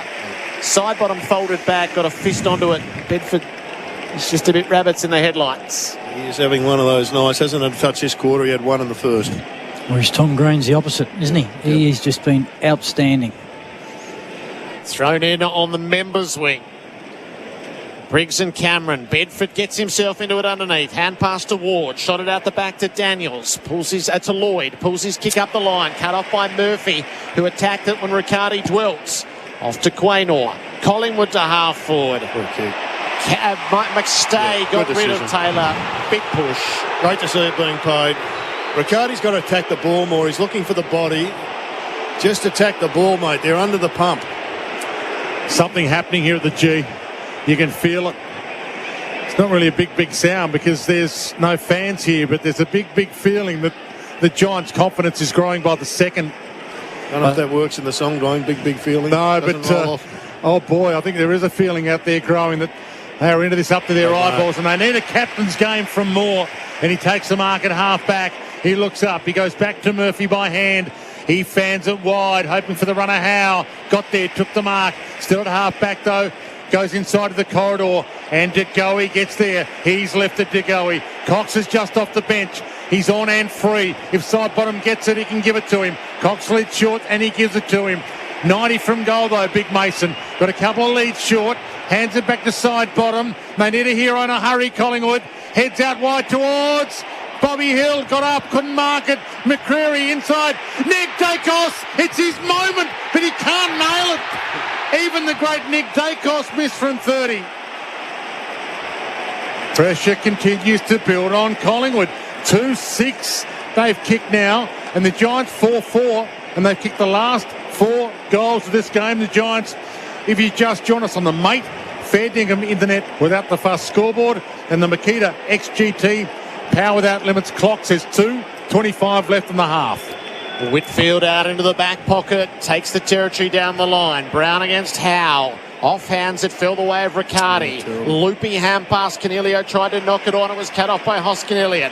Hand pass to Mitchell. The Pies build on the wing. Mitchell and Moore combined, and now the kick comes up to Nick Dacos. Yeah, bad decision that time by Riccardi. It had to go down the line. It was a kick. He was free. Nick Dacos has kicked for Cox, who steadied himself, flew one-handed, couldn't take the mark. Lloyd barreled through underneath. Mitchell was brave. Off to side bottom, tossed it up. No direction about the kick, and it is out of bounds on the full. Got to have a feel for the game. The scoreboard, the clock tells you conservatism on those occasions. Don't come back inboard. It was a really poor handball. Nearly cost them a goal. So what do they want to do here? The Giants, they've got the ball. Taylor's hands, back pocket. There's 1.5 minutes left. He goes wide.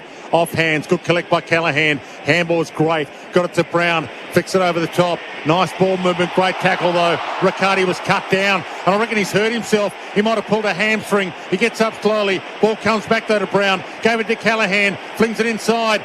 Got it over the top to Cornelio. Inside kick is delightful on the run. Good gather. Whitfield, he's blasted and blazed away. In fact, it was Tom Green, and he's not happy with himself for that. Huge moment wasted. He was at the top of the screen, the top of the square, Dwayne. Wasted goal there by the Giants. Oh, he has grabbed his hamstring too, Riccardo. 100%, Dwayne. Yeah, and he's just looking around at the bench, so we'll keep an eye on that. O'Halloran the sub for the Giants that they needed. Up they fly. Himmelberg half forward. He thumped it to the boundary, and we'll get a ball in with about a minute left in the half. He doesn't know what to do. He should come off the ground, but it's interesting, Dwayne. They went with O'Halloran instead of Nick Haynes. Yes. And Nick Haynes is just the man he needs. He's telling the runner to go away. We'll find out next time he goes near the ball. Yeah, whether he landed on his hip or we'll keep an eye on that from the flick down.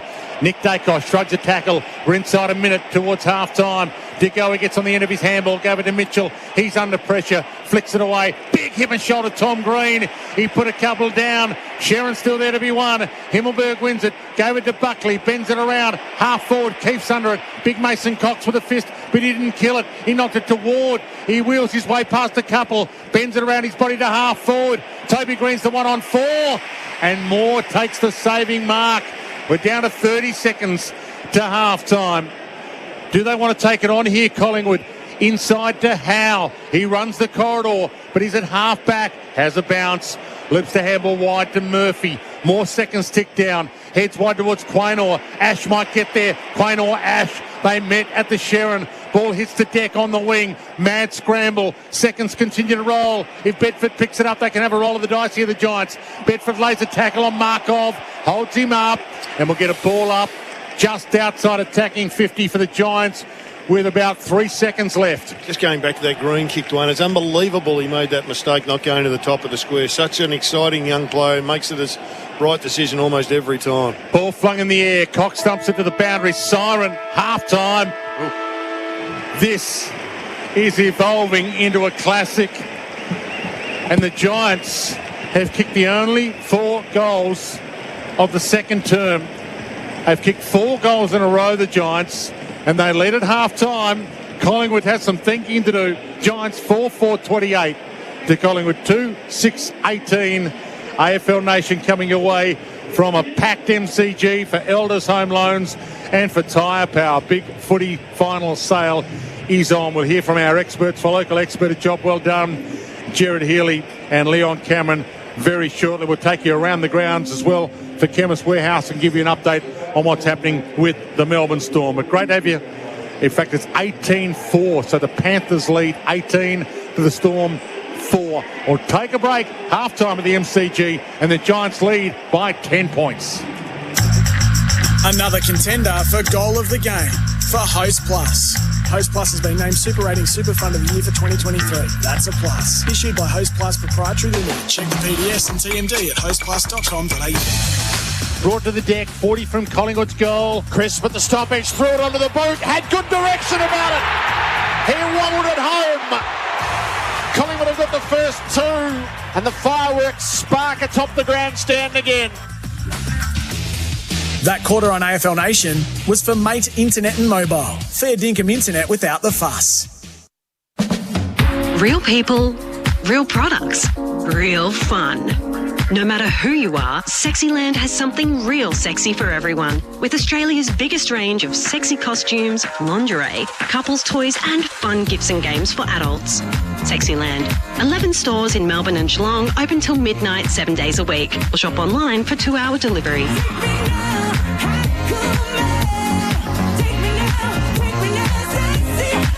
Sexyland.com.au. Prepare to be moved by the 2.5-litre Nissan X-Trail.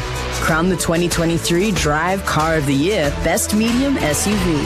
The Nissan X-Trail will get you out of the city and into an adventure that moves the whole family without compromise on style, space, or safety. The Nissan X-Trail is available now. Contact your local Nissan dealer to book a test drive today. Stock and delivery times will vary.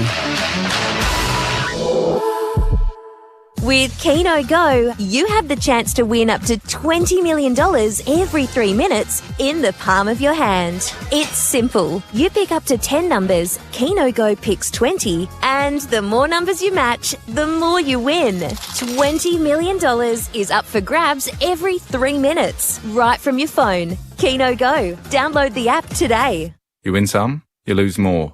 For free and confidential support, visit gamblinghelponline.org.au. I had to hit a salvo on the back of my truck. I bet someone's pinched it, no other luck. Up until now I've been pretty laid back, but all I want is my Makita back. You better can sand, you better can cut. I love my Makita, it's the bloody touch guts. I've been pretty patient, but I'm getting pretty jacked. All I want is my Makita back. I want my Makita back. I want my Makita back. I want my Makita back. Are you an automotive tech or apprentice? Well, we're looking for the best to join the best heads in the business. You'll get a workplace setting where you can grow, where you'll get access to the latest tools, equipment, software and training, where you're a valued team member in an environment built to bring out your best. Interested? Visit repcoservice.com. Tell us why you're one of the best heads in the business and you'll be in the running to win a Milwaukee tool pack valued at $500. Terms and conditions apply. Visit repcoservice.com for details. We're stoked to get you shredding, sliding and hooked on surfing this spring at Urban Surf. Warmer weather, longer days, new products, fun with mates and a brand new booking system. Whether you're learning, shredding, playing or just enjoying the Blue Oasis, there's something for everyone at Urban Surf. It's never been easier to book and we're amped to welcome you to the ultimate surfers playground. Spring bookings are filling up fast, so get out there at Urban Surf. Looking for innovative appliances designed with the environment in mind? Then look no further. For over 110 years, Whirlpool has been a leader in kitchen and laundry appliances using patented 6th Sense technology.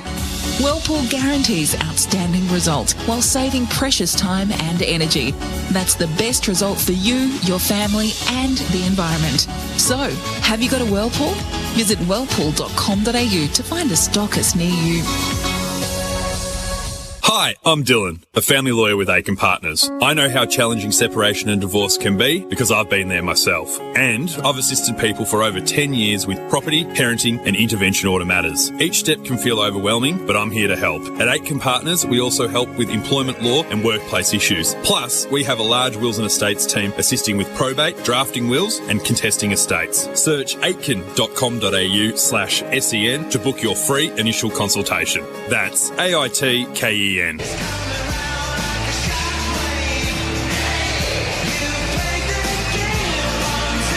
You're listening to the finals on AFL Nation for Elders Real Estate and Tyre Power. Big Footy Final Sale. Pass to Toby Green on the flyby, the skipper. That'll do it. It gets the Giants their first major. Toby inserts himself after Hogan, the power forward, hauled it in to give the Giants the lead. Tom Green from the 50, sent it on its path. Or has it been touched or did it carry? It carried. Tom Green squeaks it home and the Greens have propelled the Orange to the lead. Maccas, I'm loving it moments. The Monopoly game at Maccas is back. Always great to have your company on AFL Nation Footy. We're live from the MCG. Don't forget we're live from the Gabba tomorrow as well for the big game between the Lions and the Blues. But halftime here at the MCG, and it's the Giants who lead by 10 points. 4-4-28 to Collingwood, 2-16, 2-6-18. And 2-6-18 to 4-4-28 with the Giants kicking the only 4 goals of that second term. They've kicked the last 4 goals of the game. The Giants, the I'm loving it moments they were for the Monopoly game at Macca's, which is back. This is the halftime floor show, thanks to Choices Flooring. Design, visualise and create your perfect floor with RoomView. The Choices Flooring halftime floor show. Design, visualise and create your perfect floor with RoomView. And we'll start with the stats wrap for Safety Steel Sheds. Safety Steel Sheds designed to save, built to last. Goal scorers, all singles to halftime. Riccardi, McStay, Green, Tom Green, Toby Green, Isaac Cumming and Jack Crisp, the goal scorers to halftime. Stats in general, as we continue the stats wrap for Safety Steel Sheds designed to save, built to last. Tom Green 17, Jordan De Goey 17, Lockie Whitfield 13. Still side bottom, Scott Pendlebury, Josh Dacos and Nick Dacos, who started on the bench, and Stephen Canelio, all 12 possessions each. Josh Kelly 10, Jeremy Howe 10, Toby Green's had it 10 times, Nathan Murphy has had it 9 times. There's a few others with 9 as well. Tom Mitchell, Jack Crisp, Jack Buckley, Callum Brown as well with 9 possessions. Stats for safety, steals, sheds. The player of the day so far for Whirlpool, your leader in kitchen and laundry appliances, the Brownlow medalist Gerard Healy with that. It's got to be Tom Green, I think. Dwayne just dominated the first half, made one blue late in the match, which could come back to haunt them, but he's a long way in front, I think, as the best player on the ground. He's had 17 possessions, 8 ground ball gets, 9 contested, 3 centre bounce clearances, 4 clearances in total, and he's also kicked a goal. So his man's done okay as well, but he's the number 1 player on the ground for mine. And by the way, the most metres gained, Tom Green is up there. So still side bottom, 368. Tom Green, 355. Next to best, Josh Dacos with 283. The most metres gained for nhvr.gov.au. We all need space to keep you safe. The Australian-made Smart Play. Look for the logo. Be sure it's Aussie. Well, I've got 2 for you, Dwayne. Toby Green involved in both. His centred ball when he won it out in the deep forward pocket and he banged it to the top of the square, and who was it? Perryman, I think, took the mark, went back, kicked the goal, and then also Hogan's handball off to Toby Green. He was 51 metres out. He knew he couldn't kick the distance, but he knew that Toby Green could, so he just laid it off. He kicked a goal. Aussie-made Smart Play, Australian-made support, Aussie-made products. Your unmissable moments for Drinkwise? Choose to Drinkwise. Well, I think the battle between Maynard and Toby Green is going down as a couple of unmissable moments at this stage. We'll give that battle the accolade. Yeah, I like that. The MEGT Rookie of the Day, Need Apprentices took to MEGT. Really only one contender, Finn Callahan, who's had 8 possessions, but has given them a bit of drive at times. Good. Yeah, let MEGT help you find the best workforce talent in terms of young players with the least amount of games. Finn Callahan has only played 25 of them, of course. Nick Dacos is only in his 2nd season as well, but he's played, well, this is game 46.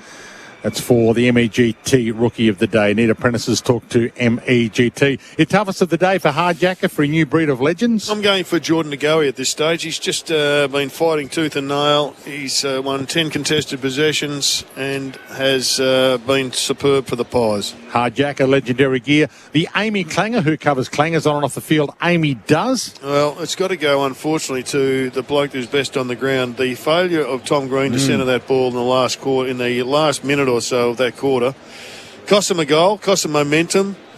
Hasn't cost them the game. That's too big a call, but it was a really bad blunder from such a talented young good decision maker. Who covers clangers? Amy does. The mark of the day for Flight Setter, your real deal setter. There's been a couple of those, but one man's had his hands on the ball a bit in the last few weeks. I reckon, I've got Braden Maynard written down. Wayne, who have you got? That's good. Jesse Hogan took one as well. Jesse was good, yeah. I'll default to you, the mark of the day for Flight Setter, your real deal setter. And your power play rankings for Red Energy. Switch to Red Energy for Red Energy. The rankings would have to be Jordan De Goey. Yep, not surprised there with that amount of contested ball. He's got 77. Jack Crisp, who's started really well but just faded a bit. He's on 67. Taylor has some intercept marks and kicking at 100%. He's also on 60 with Buckley, a bit similar with 100. And Jeremy Howe's on 100. He's kicking at 100%, but he's on 56. Power play rankings for Red Energy for 100% Australian electricity and gas. Our major partner is the TAC. Wear a seatbelt, not the consequences. A message from the TAC. The halftime floor show. Thanks to Choices Flooring, design, visualise and create your perfect floor with Roomview. And at the moment, it's the Giants leading by 10 points with a half to play. 4-4-28 to Collingwood 2-6-18. Second half not far away, but if footy is your game, listen up. Telstra and the AFL are teaming up to support local footy clubs across the country, introducing Telstra Footy Country Grants, where from next year, junior and senior AFL clubs nationally can apply for grants to support their footy club from a total funding pool of $2 million in 2024. Whether your club needs a new line marking machine or new netting behind the goals or resources for your volunteers, these grants could help give your club a boost. So this is a code-first collaboration to directly bolster the sport we love, thanks to Telstra. So just visit telstra.com/footygrants to find out more. Half-time with the second half to come on AFL Nation for Elders Home Loans and Tyre Power. Their big footy final sale is on now at Tyre Power. Giants at half-time by 10 points.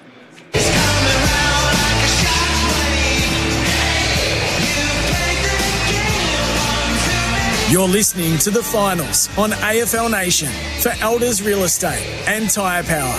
Big footy final sale. At Barclay Smokehouse, they've been producing best and fairest for years, like their mouth-watering grandmother ham. And Australia's finest since 1950 has won gold again in 2023. Crafted by the legends at Barclay Smokehouse, this brilliant all-Australian delivers delicious flavour the old-fashioned way. It's made by hand in Melbourne with 100% Australian pork and smoked to perfection. Grandmother ham by Barclay Smokehouse. Old-fashioned quality and award-winning flavour. Visit barclay.com.au for more. With Keno Go, you have the chance to win up to $20 million every 3 minutes in the palm of your hand. It's simple. You pick up to 10 numbers, Keno Go picks 20, and the more numbers you match, the more you win. $20 million is up for grabs every 3 minutes, right from your phone. Keno Go. Download the app today. You win some, you lose more. For free and confidential support, visit gamblinghelponline.org.au. So my boy Adam, he come home with all these bags of shopping. I said, what are you, millionaire? He says it was good bargain. Good bargain? Kogan mobile prepaid plan is bargain. Unlimited talk, text, and 10 gigs of data for $15 a month. My boy wouldn't know bargain if it called him on phone and said, hello, I'm bargain. Talk about a bargain? Get one at koganmobile.com.au. T's and C's apply. The 2023 Hyundai Palisade. It's first class for you and your kiddos. Our premium large SUV features a stylish and spacious cabin that comfortably fits whatever they're into. From surfing one day to drumming the next. They'll even love the impressive connectivity and premium tech. Plus a 5-star NCAP safety rating gives you extra peace of mind. Connectivity T's and C's apply. Find out more at Hyundai.com.au. Imagine that. Hyundai. On the tools and off the tools, life is about balance, and Anthem Performance Workwear is designed for active tradies at work and on the weekend. Build your greatest achievements with the Anthem range of shorts, pants, tees, outerwear and accessories that are constructed to meet the tough demands on the worksite while complementing your recreational lifestyle. For the most versatile and active-orientated workwear on the market, designed to inspire and motivate the lives of all tradies, visit anthemworkwear.com.au. Real people, real products, real fun. No matter who you are, Sexyland has something real sexy for everyone. With Australia's biggest range of sexy costumes, lingerie, couples toys and fun gifts and games for adults. Sexyland. 11 stores in Melbourne and Geelong, open till midnight 7 days a week. Or shop online for 2-hour delivery.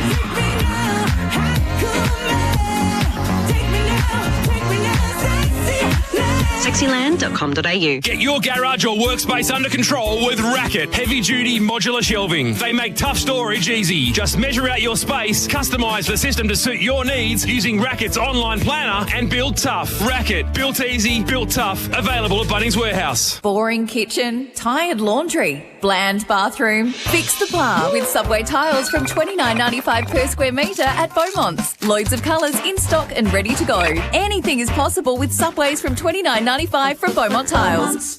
Life can be a ball at Tokyo. Welcome to Club Tokyo, Australia's premier Murray River golfing destination. With 2 top 40 golf courses, award-winning food, funky players lounge, TAB and weekly live music. There's something for everyone. Their golf package team can help organise your next golfing holiday or day trip to the village of Tokyo and drop in for a relaxing stop. You're welcome at Club Tokyo. Find them at clubtokyo.com.au or on Facebook. What are you really gambling with?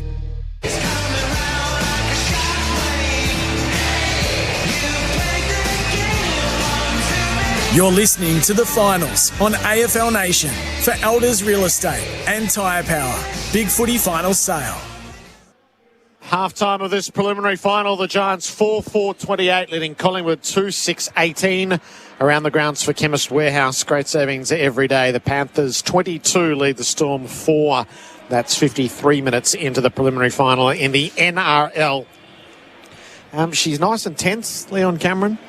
Yeah, it really is, Jared, tense. and it would have been interesting being a, pardon the punt, a fly on the wall and at the Collingwood rooms, and you can just see, they need some real leadership. They need more. They need DeGoey. They need Pendlebury.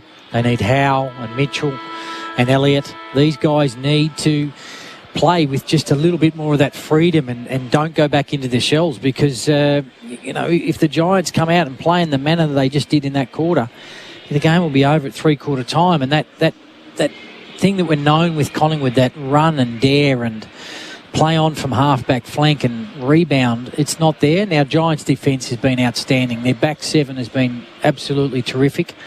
But they need to be tested, Jared. And you said before, give Elliott a little bit of one-on-one. Give Myercheck an opportunity. They're just moving the ball a little bit too measured, and I think they need to just take the shackles off a little bit. And with that comes a bit of risk, and if you turn it over, the Giants can punish you. But right now, I don't think they've got any other way to win this game. They got to get better just at the source as well. They were given a major lesson in contested ball in the first half of that quarter. They squared it up to some degree, but they still went in +7. The Giants would say you'd be pretty happy with that. The Giants have got all their scores from turnovers, so their pressure has been good. One from defensive mid, one from the midfield, and a couple from turning the ball over in the attacking midfield. So it's been a structural win for the Giants. They've won the ball at the source, got territory. They've also been able to transition, but they've also been able to intercept mark when the ball goes inside that forward 50.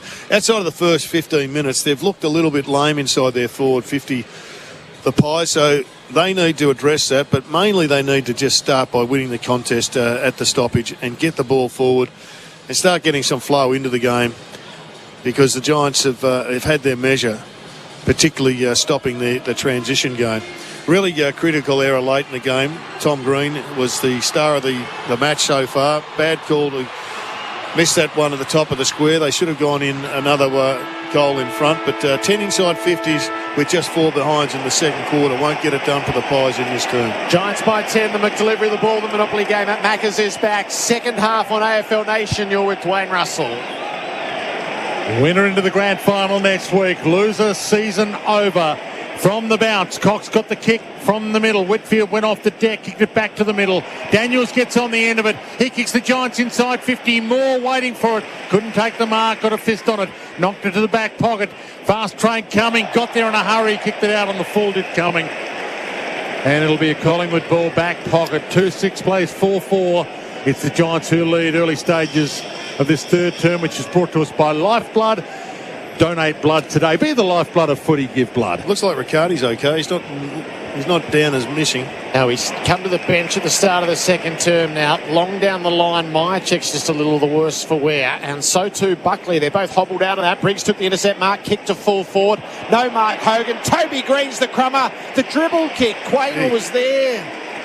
Handball was there to Hogan. That's a horrible decision. It's an awful moment for the captain. Quayle's kick turns over on the way out, coming straight back inside, and Daniels takes the mark.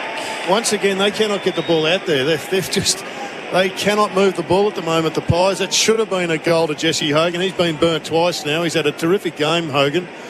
Myercheck's in a bit of trouble. He's in the hands of the trainer, but the trainer's given us a thumbs up. But this is a really important shot. Exactly right, Jared. And, they just can't win one-on-ones. And when it goes back out, they're getting smashed on rebound. Brent Daniels works his way to the 50, veers out, unloads right across the face of goal. Keefe against the boundary, can't get his hands to it. It's no score as it bounces out of play. And look, structurally they need to have a look at it, whether that person that's going up as the extra stoppage is working, because it's just coming back with interest.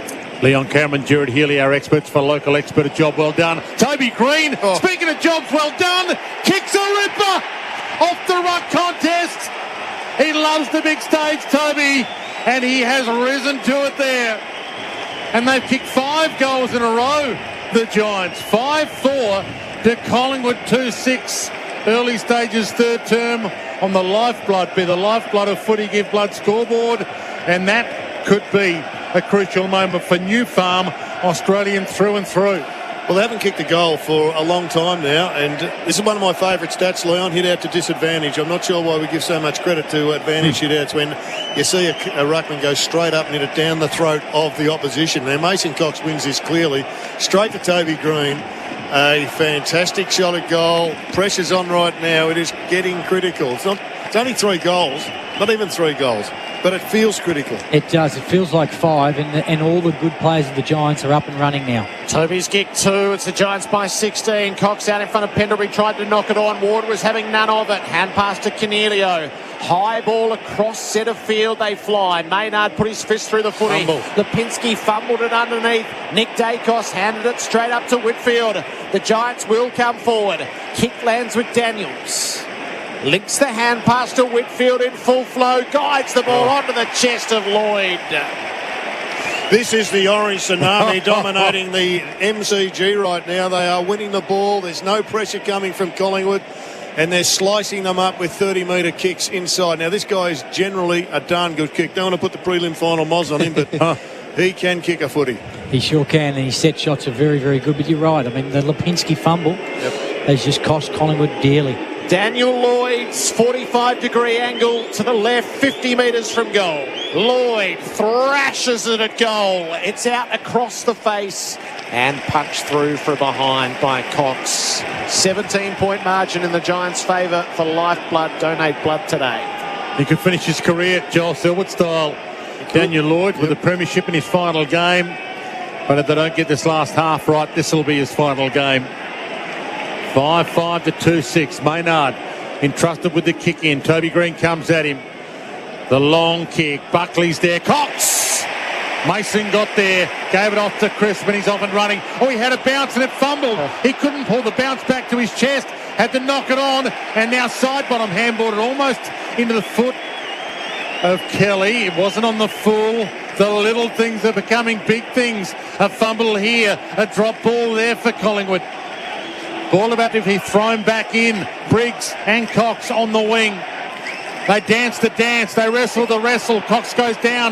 De Goey gets the ball. Gave it up. Handballed it into Lipinski's forward. Kelly got it. Handball straight to Nick Dacos. He stole it back to Lipinski. To De Goey. A little don't argue on Ash. Gave it back. Crisp. Spear pass. Missed his target. Buckley had it. Lost it. Went to ground. Kelly mops his mess up. Gave it to Ash. The Giants on the run again. To Callahan. Inside to Big Briggs. Not your run and carry guy. Gave it off to Ash. Inside kick is fantastic. He got it inside enough to Cornelio. He wants to go. Does go. What's he got forward? He goes wider. He goes to Perryman, who's on the wing. He roams. He runs. He ducks back in. Hogan's in the box. Sieg! Hogan! Not quite off hands. Toby Green flings a handball over his head. Murphy on hands and knees. Gave it back to Hogan. He's caught. He's under pressure. He gets it back to Hogan. Goes out wide. Cumming. Danced inside. Little roller. Quainer cuts it off. Back pocket for Collingwood. Hammers it back out, but it might be coming back. Perryman. He's caught by Bobby Hill. Taken to the line and will get a ball in. 80 metres from the Giants' goal. And they lead 5-5-35 to Collingwood. 2-6-18. 6 minutes gone, third term on the Makita XGT Power Without Limits clock. Buckley's struggling to get around the grounds. The medical staff's been out to him for Spitwater, tough and ready. At the throw-in, De Goey spins through. Hand pass to Maynard, gave it to Lipinski. Shocking kick again. He missed all comers. Taylor one way, Elliott the other. Taylor put his head over the ball. Didn't do much with a hand pass though. Chris tried to barrel through. Got caught. That'll be holding the ball. He took him on, trying to make the play, which Collingwood need a bit of. It's hard to believe how badly they're playing. Yeah, they're fumbling all over the place. Their kicking's poor. They can switch very, very quickly. Just one goal, but this defence from the Giants is holding up. Taylor across the ground to Buckley, who's got a heavy limp up. Kick up to the wing. Bedford had to go after Howe. Dropped the mark. Kelly off the ground, straight into side bottom. Bedford and side bottom collapse over the footy ball and up. Now Buckley's going to tag out. And just see what I think Collingwood has seriously got to think about their sub early with probably taking Lipinski out. Hasn't really worked for him, and maybe just bringing a little bit of excitement in with Ginnivan. He does inject that. He gets the crowd volume up. And Cox kicked it into the foot of Callaghan on the full. Free kick, Collingwood. So Mitchell to take it. And they need a couple of little bits of luck to go their way, Collingwood. They need to start making their own luck as well. Mitchell from just backward of the wing. He sits it up for the Leapers. Up they fly. Himmelberg tried to crush it with a fist. He knocked it to Lipinski, who gave it to DeGoey, who handed it to Quaynor. Spears the pass inside 50. Put it to the bootlaces of Elliott. Couldn't pick it up. Whitfield does. He gave it to Iden, who gave it to Daniels, who gave it wide to Cumming, who's playing some sort of game. And he holds it up at half-back with the Giants leading 35-18. They take the territory long down the line. Hogan arrives to at least keep it in play momentarily. Keep it out of the defender's hands. It's out of bounds. Yeah, one side's clean, the other one's fumbly. Exactly. And look, the kick from Quaynor, it's $1 million kick. It needs to go to the top of the square. Collingwood hasn't kicked a goal since the 6-minute mark of the opening term. It's now at the 8-minute mark of the third term. Keefe wins a tap off the grounds. Cumming tried to get it going the Giants' way. Cameron picked it up, got it going Collingwood's way. Ball pitched on its point. Himmelberg thumped it to good effect. Brown couldn't quite gather. He tackles Lipinski. A stalemate. Bit of a push and shove in the aftermath, Brown and Nick Dacos. Can't get it past the half-forward line. They're just getting dominated. There's no clean possession, is there? Daniels won it at the source, hand pass to Tom Green, kick to half forward. Howe went to ground, ball skittles away. Josh Dacos stripped to the footy by Daniels, no call. Josh Dacos had another go through it out the side to Pendlebury. Probes into centre field, cut straight off by Taylor. And he wants to go. He's got Whitfield on the run. Whitfield, he spears one towards half forward. Getting there, Brown couldn't mark it. Gave to Canelio, gave to Keefe. He floats it over the top to Kelly. He's on 50. He thought about going. He's got this kick in him. He goes top of the square, heads inside to Hogan. He put it over his head. Quaynor back pocket under some pressure. Cumming came at him. Handballed over the top to Josh Dacos. Collingwood fans roar. Dacos inside to Myercheck. He had it, lost it on the wing. It was there for him, but he fumbled it. Now Tom Green, he's caught, could have been ball. DeGoey gets it. Umpire says, hold on. It's a free. You could have played onto advantage, but it's Lipinski's ball on the wing. The Giants have had chances to put this game away, and they're just leaving the door open for the Pies to finally work it out. Lipinski out to DeGoey, does a lot of signalling and then kicks a flat ball forward, and it's cut off by Callaghan going back with the flights. Geez, you've lost their method forward in the centre. Yeah, it's like now panic mode, isn't it? Like that kick there is just... It's just too dangerous to kick it from there. Iden, Perryman, Ash, Kelly, Ash, all at half-back. Shocking kick, Ash, straight to Cameron. Hand passes to Darcy Moore. Shocking kick. Desperate to get it inside 50. It's a floater. It came up short and luckily to McStay, who wheels and goes. Hill's loose. He took the mark near the top of the goal square. Well, that's basically a poke in the eye to yourself from the Giants, because that kick from Lockie Ash was just too cute under the circumstances, and they've been flirting at the moment with their ball use. They're getting away with it to a degree, but haven't put anything on the scoreboard. He kicks this, the Roar will get going, they'll clean their act up. They're coming now, the Pies. Yeah, you've got to put it's a big kick, isn't it? Yep. Like these, if he doesn't, and these are the hard ones, he's got to be able to put it through. Bobby Hill against the old mob from full forwards, held his nerve. And finally, Collingwood come up with a major. The crowd desperate to insert themselves. Collingwood needing to clean up their acts. 3-6-24. Chasing the Giants 5-5-35. 11 minutes into the third term. It's a Bendix Breaks big moment. Put your foot down with confidence. Bendix Breaks. Well, just a horrible turnover from Lockie Ash, but you can even go further down. I think Josh Kelly's kick inside the forward 50. It was a bit of Russian roulette. Didn't need to be Russian roulette at that stage. There before the turnover. Should have been a goal to the Giants, and it's turned into a goal. So two-goal turnaround. So back in the middle. We knew the Giants were going to be good enough to give Collingwood a run, maybe hit the lead. But are they good enough to actually win this game now, the Giants? Ball bounced in the middle. Briggs against him, Cameron. Little momentum back Collingwood's way. Going hard was Ward, but he left it behind and he missed the target. He gave it to Mitchell, who gave it to DeGoey, who gave it to Lipinski, who gave it towards Mycheck. Can't mark it. Thumped away. Crisp. He wasn't crisp by hand. He was wrapped up quickly by Iden. Ball up, 30 out from Collingwood's goal. But you do feel it. Jared's right. They are coming now, Collingwood. 3-6 plays 5-5. Giants lead 12 gone. Third term on the Makita XGT Power That Limits clock. Collingwood in attack. Crisp hunting the ball. Gathered. Hand passed it into knees. Himmelberg cut it off. And the Giants hold up out of defence. Callahan tucked it under the arm. Takes the territory down the line. It'll sit for Brown. He's just got to knock it on. Oh, he fails. And coming the other way was Markov. What a turnover. Markov tosses it inside 50. And McStay stood his ground in front and takes the mark. That was a brilliant kick for Callum Brown, but he just wasn't up to the moment. Took his eyes off it, or just didn't quite organise it. Maybe didn't understand the game well enough. But Oleg Markov, that's one of the finest moments he's had in his career. What a turnover!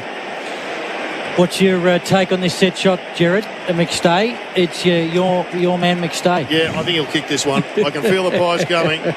40 metres out. Daniel McStay, left foot drop putt. Oh, they're coming all right. 2 goals in 2 minutes. The Pies are down by 5. 4-6-30. Giants 5-5-35. Lifeblood scoreboard. Donate blood today. Yeah, just a couple of positional changes. I just noticed Nick Dacos has gone back to the half-back flank, so they're going to play a bit more riskier. Yep. He was on Daniels and Bedford, so they're thinking, well, we might as well. Hoskin Elliott's gone forward, probably for another more marking opportunity. But so Collingwood have made a few changes. I'd love to see, and it looks like Darcy Cameron's gone forward as well. I'd love to see the big resting ruck in the goal square just to test them as well. The target. Yeah. Well, they can't move the ball. They haven't been able to move the ball. So Dacos behind the ball, I think, is a smart move. A really bad mistake by Taylor. Had to be punched. I mean, they have made 3 critical errors to open up the door, and it may cost them the grand final. Our expert for local expert, a job well done. Leon Cameron, Jared Healy is to go. Bursts out of the middle, sends it long. Taylor got there. Great grab. Diving chest mark against McStay under some heat. But he is a star. They need to show some poise here. Now the Giants hit some targets. Ash goes wide. Now the Giants are under pressure. Collingwood a goal away from the lead. Himmelberg, back pocket, hemmed in. He blasts it down the line towards the wing. Chance for the Leapers to go up. No one can mark it. Hits the deck. Gathered by Tom Green. He found Lloyd with the kick. He hits long. He missed Hogan with the kick. Moore gets there. Hogan with the fisto. Knocked it down. Bedford comes hard. He gave it up. Brown, can he get his moment back? Can he get his moment back? That is monstrous from Brown. He made the big fumble on the wing moments ago, and he nails a huge momentum-changing goal there. And they're back to a 6-5 to 4-6 lead. The Giants, 15 minutes gone, third term, and they lead by 11 again. Probably the most important goal of the evening. Brown finally has nailed something. He's had a terrible night tonight, but he's a very good player, and that's a great goal. But Hogan made that goal. Yeah, he did. It was 1 against 2. Yeah, exactly right. And look, Collingwood will be ruining that mistake. But I love the hands of Bedford under pressure here. Yep. He stood up in the tackle. I mean, great tackle from Markov, but just to gather there. I mean, if you want to make up for something, that was an outstanding response from Brown. The replay for car sales. Sell your car the hassle-free way with car sales instant offer. Giants by 11. 16 minutes gone of the third term. Bounce, a good straight one in the middle. Briggs took it out, had his kick smothered. In fact, taken off his boot by Pendlebury. Briggs turns tackler, ball it up. Tough in the clinches for Hardiaka, legendary gear. Briggs tap, shark by Crisp. Hand passed it blindly forward to the play. Cut off by Himmelberg. Kicks the other way. Toby Green coming up. Maynard made the spoil. Crisp underneath again. Released the hand pass to Pendlebury and then to Maynard. Kicks the Pies for Elliott. Crispers have been on fire this term. He's really working hard. Won many best and fairest of the Pies, and he's impacting big time. Yeah, his ability to get to the next contest, and that gather and that release under pressure was outstanding. And that's what you want to see from Elliott. He sensed the turnover straight away. He got goal side. The Giants halfbacks had already taken off. Big kick for his confidence. He's missed a couple. He hasn't had a really strong final series. He just needs one for his own confidence. Right of centre, Jamie Elliott, a man for such an occasion. From 48 out, launches the right foot drop punt. It's every bit of what he's got. And Collingwood pick it back straight away. It's a one-kick game again. 5-6-36 Collingwood, 6-5-41 the Giants. Lifeblood scoreboards, be the lifeblood of footy, give blood. We've gone 17 and a half of the third term. This is the game we wanted, isn't it, Jared? I mean, this third quarter has been, really good footy from both sides. I mean, they're taking the game on. You can clearly see their run and gun, Collingwood, is there as well. So, fantastic kick for Elliott, for his confidence. He needed that. He's come out of the goal square. They've made a few positional changes. I like what Craig McRae's done. And all of a sudden, that Collingwood army is right behind them. Clearance work now in favour of Collingwood again. So back in the middle, it's Cox and it's Briggs. And it's a one-kick game. Ball knocked down towards Callaghan. Toe poked away by Nick Dacos. Whitfield got a toe on it as well. Stolen by Pendlebury in the middle. Wheels around, gets a kick towards half forward. McCreary can't half volley it. Great collect by Kelly. Kick not so good. Rolled its way to Quaynor. He spears the handball to Crisp. Not such a good handball either. Crisp dropped it, picked up by Kelly. Gave it straight back to side bottom. He wheels around, gets it towards the wing. Crisp gets on the end of it and takes the mark. Will he go? Will he go? He holds it up and shows some poise.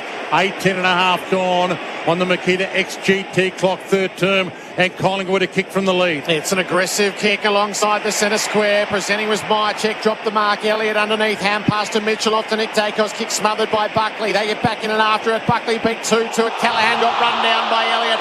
No whistle on the play. They fight in underneath. The players pile up. It'll be a baller. No, it's a good call by the umpire. Absolutely no prior opportunity whatsoever. He was tackled as he received the ball.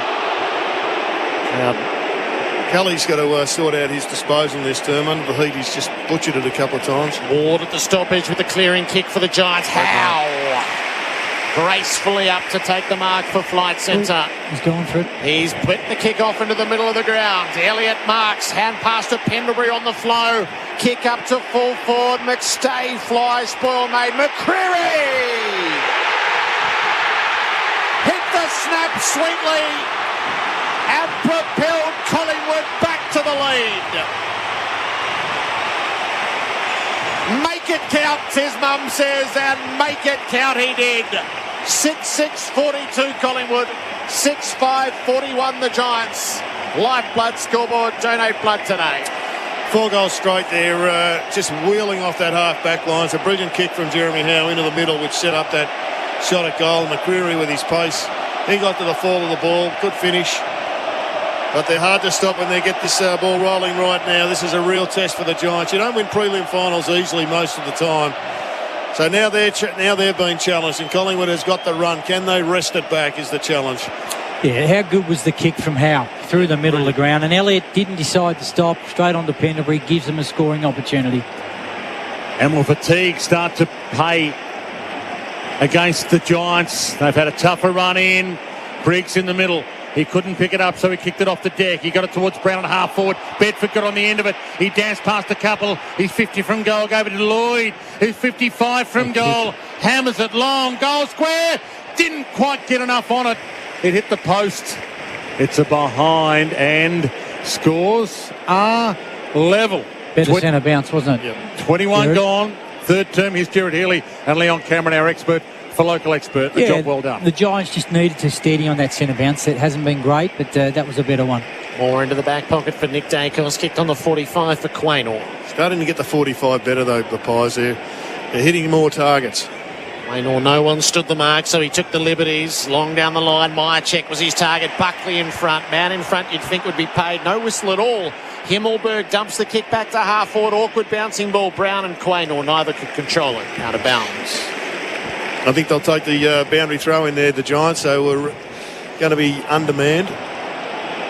Man in front should have been paid that, Dwayne, you know that. It's Buckley's mark under the laws of the game. replay for car sales. Sell your car the hassle-free way. At the throw-in, Briggs got rid of Cox, took the footy, shoveled it up inside 50. Quaynor dropped the mark, left it there for Bedford. Oh, he's too severe off the outside of the boot. It breaks the deadlock. The Giants lead with 6 minutes to play in the third term. AFL Nation for Elders Home Loans and Tyre Power. Big footy final sale. So Nick Dacos back to half-back. He's going to kick in for Collingwood. They've just butchered some opportunities for the Giants. Yeah, absolutely. That just normally go through. And he goes straight down the spine. Aggressive kick, and it works. Howell takes the mark, and he gets up and he goes. He looks up. He's got a couple of runners. He goes wide to Elliott, who's on the wing. Flings it towards Josh Dacos. Got a push in the back. Should have been paid. Wasn't paid. Isn't paid. Ball up. Yeah, it's good defence, though, by Perryman, who came off his man. A couple of them have come off and not hit the contest and let them be exposed out the back, the Giants, but not that time. Unlucky there. He was surfed on, Josh Dacos, but no free. Briggs, Cox, tie up. Ball knocked inside to Lipinski. He wobbles it to half forward. McCready bouncing ball. Gathered by Myercheck. He shrugs to tackle and throws it home. Collingwood back in front. Myercheck. He just keeps delivering. 23 gone third term. And Collingwood lead by 5. 48-43 on the Lifeblood. Donate blood today scoreboard. Every time the balls come in quick and there's about a 3v3 inside 50, Collingwood look like scoring. Yep. If it's coming in slow, the Giants defend it really, really well. And look, it was a scrubby kick from Lipinski. He's lifted his game in the last 5 or 6 minutes. But they look so much dangerous. McStay's looks dangerous now. Hill looks dangerous. Myercheck looks dangerous. McQuarrie's hit the scoreboard, and so's Elliott. So all their forwards have had a piece of it. They just need to see if they can maintain this energy and get the ball inside quick. Buckley is hobbled and he got exposed there. Did badly. Spitwater tough and ready. Back in the middle. Cox topples. He fell heavily to go. He ferrets the ball out. Off to Lipinski. Now to Crisp. Clean break from 50. Loads it up. Miss to the right. Would have been a great goal. Crisp is just dragging his club up and across the line at this stage. Him and DeGoey have had a big third term. Still 5 minutes left in the third term on the Makita XGT Power Without Limits clock. Himmelberg, he ran a good measure and more. Heads toward the wing. Brown got there, can't mark it. Hogan crumbs it, goes back to Tom Green, wobbles it towards Toby Green. He left it for Daniels, who went the little knock on, didn't work. Oh, he got lucky there. Kicks around the body to Toby Green. He dropped into a high one and the umpire said no. Handball to side bottom. He was caught by the ear, and umpire said you dropped your body level. Hogan gets on the end of it, gave it to Taylor. He's barreled on the kick, got it to half forward. Up flies Bedford, knocked it down to Toby Green. Couldn't get on the end of it. Markov does. Got it to Quaynor. Flings it over the top to Moore. Handball back inside to Markov. Ran to a roadblock. Got a handball out somehow. It's on the wing. Crisp has it. They have him. And we have a game. 49-43. Collingwood lead. 4.5 minutes left in the third on the Makita XGT Power Without Limits clock. At the ball up. Keith wins it down initially. Side bottom first access. Dribbles the kick forward. It works. McStay shoveled it over his shoulder, hoping for McCreary. Himmelberg got a key hand in. Taylor went to ground under the tackle of Lipinski. Ball it up. I'm a big fan of the knock-on, but not if you can take the ball in your hands and handball it accurately. Yeah. Flirtatious. Crisp again at the source, and he breaks clear. Got it onto the left boot. Kicked it. Out the back was Elliott. It just wouldn't fall for him. Buckley, Taylor, right around his laces, pushed it back to Buckley. That's great. And Himmelberg is the outlet, and further on to Kelly. Giants have it outside the 50. Kick favoured Quaynor in flight, though. It's not good enough from Kelly. He's just blasting away under the pump. He's a class player. He's got to start playing that way in this turn. Quaynor long. Here's Elliott's moment. He got up. Oh, the crowd went up with him. He didn't bring the mark down. Kelly to Himmelberg to Tom Green. Half-back flank, heads toward the wing. Hogan's got 3 to beat. Quaynor almost pulled the mark down. Hogan knocked it out, but it was to Moore. Handballs inside to Nick Dacos. Wheels around, spears the pass. Elliott can't mark it. Taylor beat him, almost outmarked him. He gave it the crumb, though. Gave it to Himmelberg. Bangs it around the body Cox is in the hole, can't quite get the mark though. Free kick, it's against him. It goes to the Giants. Ward, spear pass, Toby Green. He's got no one to kick to, Toby. He holds it up and holds it up a little more, and now flings it over the top by foot to Hogan. Who does he want? Mrs. Keith, he's still sitting there. He chips it back, and this time it's Kelly's ball, 50 from goal, up against the boundary. He can kick this, Kelly. Yeah. And he's been in goal-kicking form recently. He's got to have a go, hasn't he? This to tie the scores. He heads toward the square. Riccardi got there. Can't mark it. He cannoned into the behind post on the way through to knocking it through for a behind. And it's 6-8 to 7-7 as we approach three-quarter time. 2 minutes 35 left. And that score is for Lifeblood. Be the lifeblood of footy, give blood. I think their inside 50 work has been their downfall in this turn. They've had a lot of opportunities, particularly in the first 10 minutes. Yeah, they've wasted that opportunity, and their shots on goal has been disappointing. Nick Dacos pulled the kick boundary side to go. He couldn't get hold of it. Kelly knocks it out of bounds. They were fumbly. They were butchering the ball, Collingwood. They were just giving them an opportunity to put them away, and the Giants weren't able to do it. Now they've got the reverse problem. They've got to arrest this momentum from Collingwood and get themselves back on the board. 2.5 to play in the third term at the throw-in. Ruckman shared it underfoot. Mitchell just scooped it up, but he was being held by one arm. So a free kick paid. Nick Dacos claims the advantage, runs away. Has a bounce, guides, not quite to Lipinski. Taylor came out to disrupt the play. Jagowi, though, is onto it, and he forged the path through. Hand passed a hoping ball toward the 50. Buckley cut it off well. Gives it away to Kelly. He's just kicked again. Has been horrible. Up the line, out of play. It's still in play. It stayed in, did it? Stayed in play. Still in play. It's still in play. So dead ball. Well, the umpires. No. It landed on the line and bounced back in. Yeah. The Giants don't know what's going on, so they're out of play. The umpire's calling them up. Because everybody had stopped and no one was anywhere near the vicinity. Why don't you just call play on? So if Dacos had picked up the ball, so they probably would have gone. It would have been ridiculous with the ball just sitting there and no one picking it up. So he's made the choice just to ball it up. So Mitchell gets it towards Mason Cox. Got up big, Mason. Got to go in quick, doesn't he? He does go quick. He goes long. He goes in Elliott's direction. Elliott up. Can't take the mark. Ball not down to Lipinski, 40 from goal. Tried to flick it out to Hoskin Elliott. He missed him completely. Cornelio hands it up, puts Ash under the hammer. Ash good enough to get out of it. Gave it to Tom Green. He's kicked it straight up in the air. They're gone. Everything under pressure right now. Jared reckons they're gone. Picked up off hands by Brown. Comes down to half back to make a little bit of They're out here now. assistance. He gave it over the top to Daniels. Spear pass. Toby Green. He knocked it to his own advantage, to his disadvantage. Moore got there, but he knocked it to Keith. And Keith hits the post. Give it back to Toby, man. Wow, they are wasting it. And they are panicking now. But that's the essence of it. You can get yourself in a game, but are you good enough to win it in front of 90,000 barracking against you? Maynard long on the way in. Mitchell and side bottom combined. Buckley runs enough interference against Cox and gets it to the boundary. When I say they're gone, they just look fatigued in the back half. Taylor looks really tired. Kelly looks really tired. He's just throwing the ball on his boot. They're working through fatigue right now. They got a nice break there, but butchered that one. And they've been the author of their own demise so far.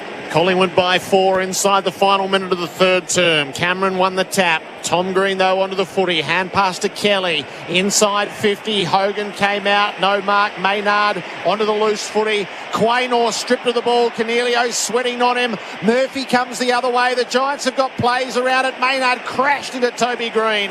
Pendlebury out to DeGoey. Run down from behind. Had time to get the hand pass away to Mitchell. Kicked it into centre field. Cut off. Himmelberg pushes back for the Giants. Up to Whitfield, inside 50. Bedford dropped the mark. Hogan taken to ground. It spilled out the side. Daniels dragged off it by Mitchell. Desperate tackling. Pendlebury tidies up to Lipinski. Kicks shocking. Straight to Cumming, who kicked equally badly coming forward. Daniels against the boundary. Off to Tom Green. Bad. Well, Kick this to is Howe. ultimate pressure, though. Ultimate pressure. Three-quarter time, Collingwood by 4 points. They turned in a 5-goal-to-2 third term to tilt the scales in their favour. 7-7-49 to the Giants, 6-9-45 on the Lifeblood scoreboard. Donate blood today. The thoughts of Jared Healy and Leon Cameron coming up. The subs haven't been used yet. Jack Ginnivan and Xavier O'Halloran for Verback Multi-Min. Maximise livestock performance when it matters most. AFL Nation for Elders Home Loans and Tyre Power. Big footy final sale. That quarter on AFL Nation was for Lifeblood. Donate blood today. What's tougher than tough? NHP's ISO range of plugs, sockets and switches. With over 400 options covering 10 to 50 amps in 3, 4 and 5 pin configurations, NHP's industrial strength options range of plugs, sockets and switches is diverse and excellent value. IP66 and UV stabilised as standard with chemical resistant versions available, you won't find a tougher range for your industrial, commercial and domestic applications. Hot or cold, indoor or outdoor, NHP's ISO range is tough. ISO Tough. Available at your local electrical wholesaler. Stop what you're doing, because the Chemist Warehouse half-price vitamin sale is on now. There's Blackmore's, Swiss, Caruso's, Henry Bloom's, Manuka Health, half price. Bioglan, Nature's Own, Go Healthy, Inner Health, all half price. Nature's Way, Lifespace, Synovus, half price. And Wagner Vitamins are half price. Plus, find more half-price vitamins in-store and online. Excludes exclusive bulk sizes. Retail limits apply. Manuka Honey not available in WA. So for half-price vitamins, shop at Chemist Warehouse and stop paying too much. From the moment you wake to the moment you go to bed and everywhere in between, Signet's new Mag Move keeps your phone powered all day. The dual magnet wireless power bank is slim, pocket size and is the centre point to the new Signet Mag family range. Plus, your camera and tap and go capability doesn't get disrupted. Every day, everywhere. With the Signet Mag Move power bank, the charge goes with you. Signet Mag family. Power every moment. Australian owned, Australian designed. Explore the range on signet.com and in stores now. Penrite, a 100% Aussie company, pride themselves on their commitment to all forms of motorsport in Australia. From the very grassroots to competing and succeeding at the highest level. It's always been a big part of their DNA. And this real-world testbed for their products ensures the lubricants and fluids you buy for your vehicle have benefited from the development of being punished in a way that only competition can. Penrite, it competes, you win. Don't miss the $1 Million Cricket Warehouse sale Thursday, Friday, Saturday and Sunday from 10 till 5 p.m. at 75 Cochrane's Road, Moorabbin. Buy direct and save on Kookaburra, Grey Nichols, DSC, SG, New Balance, Asics and more. Save over $500 on top grade senior bats with junior bats from $19, plus up to 70% on helmets, gloves, pads, bags and everything you need for cricket. The $1 Million Cricket Warehouse sale Thursday, Friday, Saturday and Sunday. 75 Cochrane's Road, Moorabbin and online at thecricketsale.com. G'day, Campbell Brown here. I was so lucky to enjoy another unforgettable trip to Mildura recently. Get yourself a houseboat, cruise down the mighty Murray River, play some lawn bowls, or get lost in the maze at Woodsies. You can cast a line, enjoy a campfire, and watch the epic sunset unfold. Whatever you do, make time to take in all the magic Mildura has to offer. Go to visitmildura.com.au, start planning, and find out for yourself. Mildura, unexpected, unforgettable. This time of year is all about winning silverware and visiting Audi Barry Berg. Take advantage of exceptional opportunities on the demonstrator range this month at Audi Barry Berg in Berwick. Visit audibarryberg.com.au. LXCT 7522. Want to build a new home but need to move in now?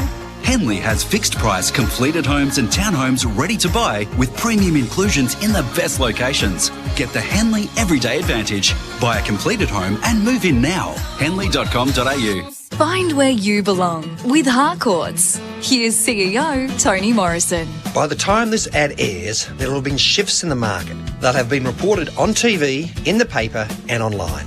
And chances are they'll shift again.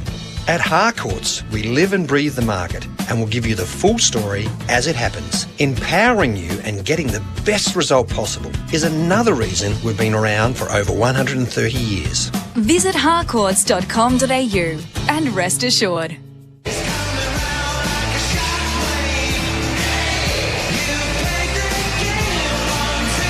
You're listening to the finals on AFL Nation for Elders Real Estate and Tyre Power.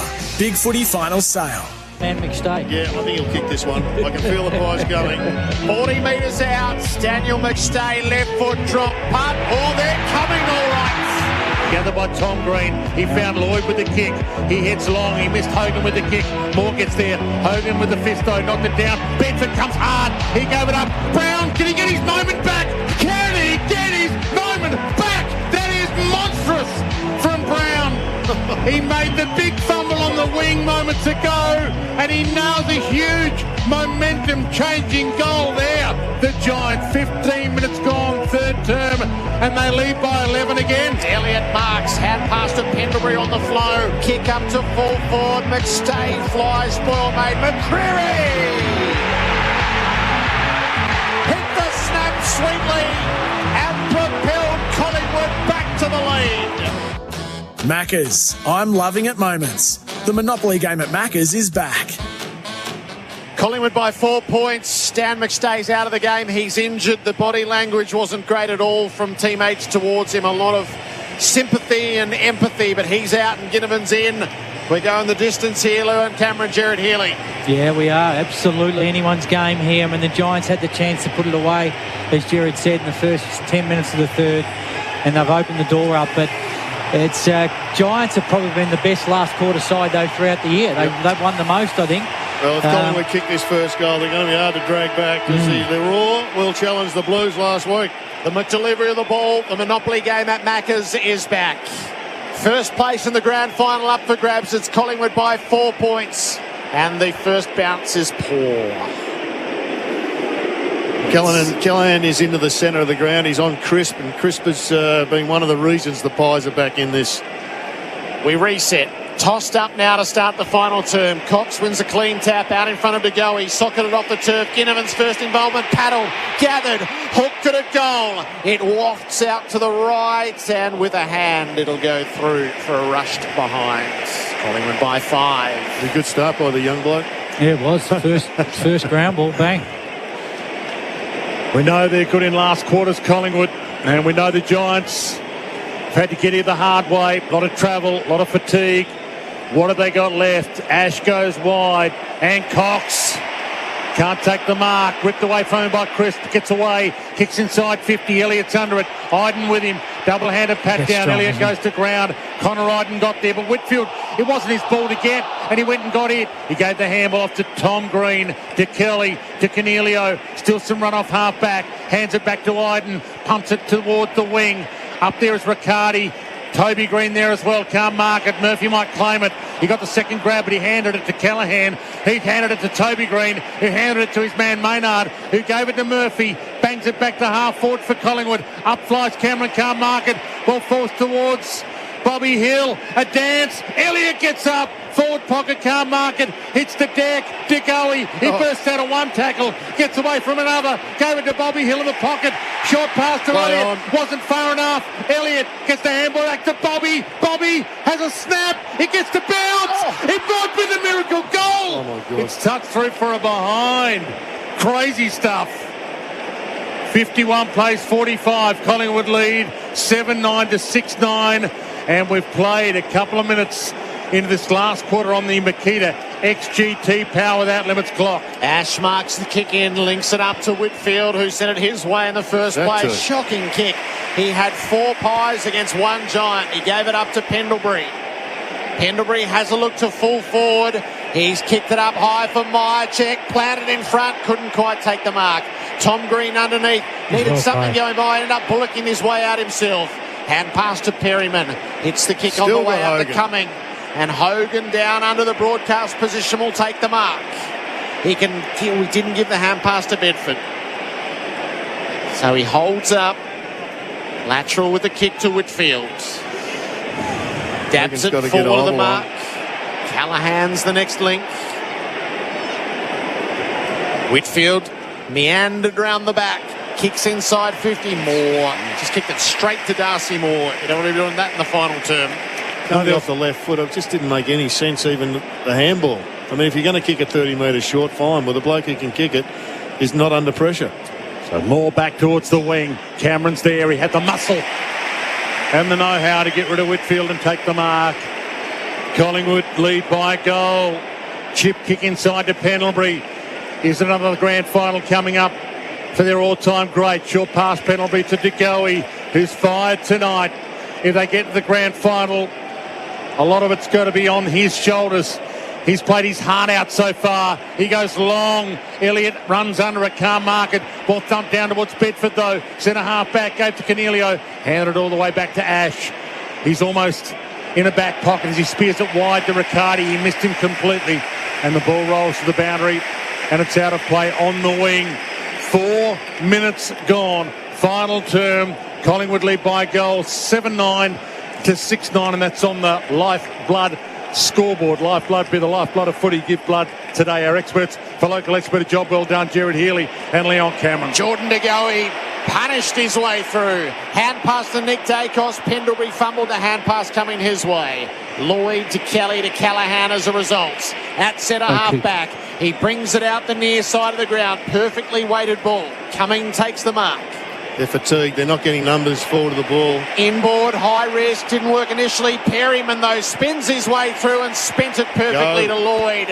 He's going to play it. He'll get a 50-metre penalty. He was trying to play it out to the side for Cornelio. Side bottom didn't stand on the mark. And so to the goal line, Lloyd goes. Well, it's been amazing just watching this game. They have butchered the ball a lot, the Giants, coming out of the defensive area. Good kicks. Have really struggled with the moment, but they've just kept on going. So this puts them in the square. Daniel Lloyd from point blank range to level it up.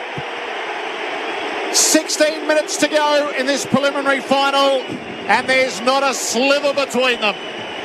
7-9-51 each of two on the Lifeblood scoreboard. Donate blood today. Well, it wasn't quite the Collingwood roar, but I'm sure there was a big, big sound somewhere when that ball went through. Yeah, you're right. And look, it hasn't been pretty, but they're still finding a way. And this game is right in the balance because, I mean, they've just got that firepower up. So, I mean, that was a fantastic intercept. Great kick, low in your eyes from Perryman.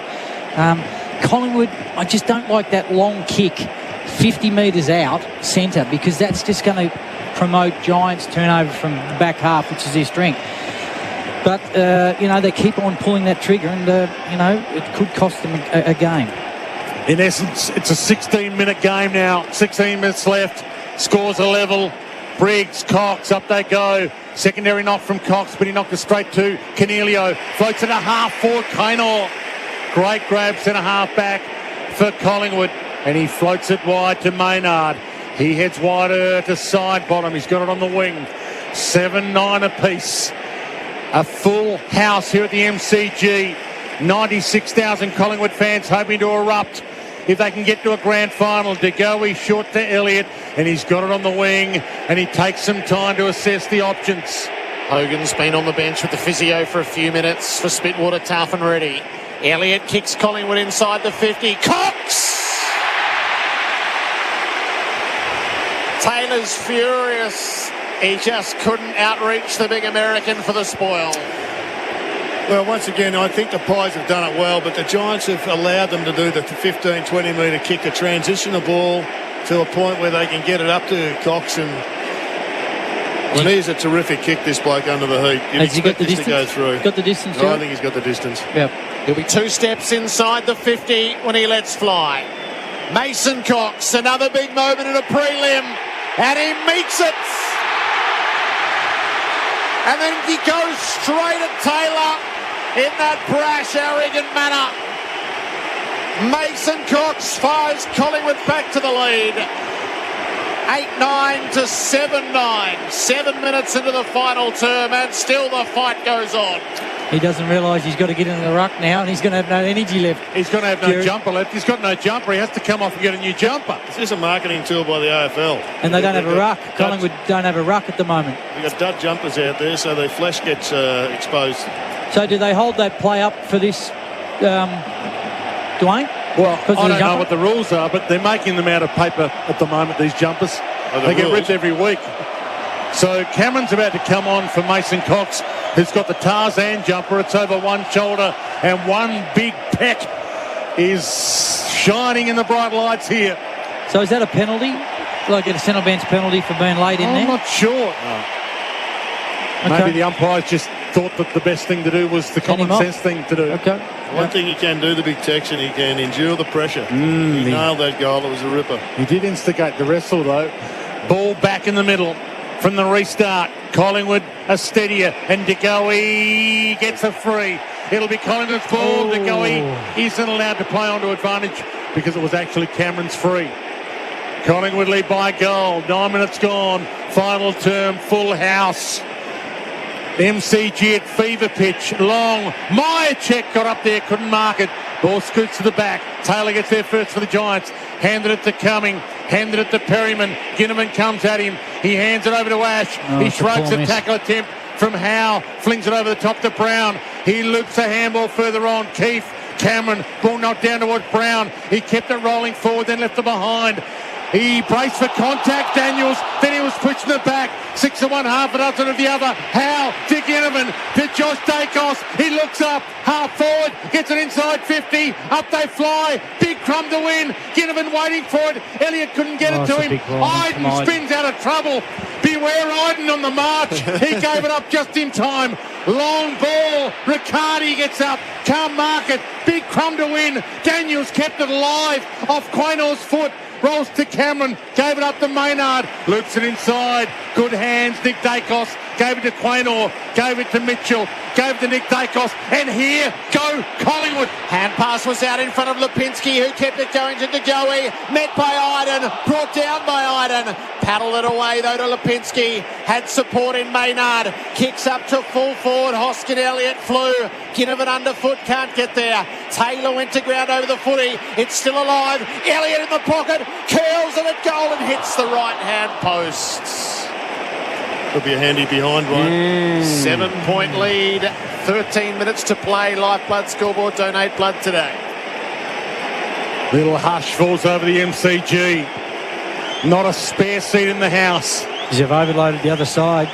It's about the Giants have got about 2 or 3 spares here. Ash goes to the overloaded side. He goes long, off hands. Ball just eludes Kelly. Moore kicked it off the deck. He got it inside 50 for Collingwood. Ball alive. Ash gets it on the rebound. Gave it to Whitfield. Short pass is good. He found Lloyd. He's at half-back flank. Southern stand side. Giants trail by 7 now. Heads down the line. Up flies Hogan. He marks it. Good second grab. He looks around. They're not done with yet, the Giants. Chips the kick towards Cornelio. Got it. 80 from goal. Who does Cornelio want? Perryman screaming for it. Centre half forward in the corridor. He ignores him. Hogan's coming back. And now he's going to launch it. He launches to the pocket. Up flies Brown. He couldn't get there. Big Mark Pendlebury stood in the hole and took a ripper. 11 gone. Final term. 12 left on the Makita XGT clock. And Collingwood lead. Pendlebury balked his way around Toby Green. He dropped the ball in the process and got it back and then found Myercheck. Myercheck takes the contested mark at half-back. Still trying to work out what Cornelio was thinking, kicking that ball where he did. Out the side to Markov. No, it's going to have to come back. Things just weren't as they should have been. Myercheck with footy in hand, left half back. Wider still to Maynard. Takes 15 metres forward of the play to Mitchell.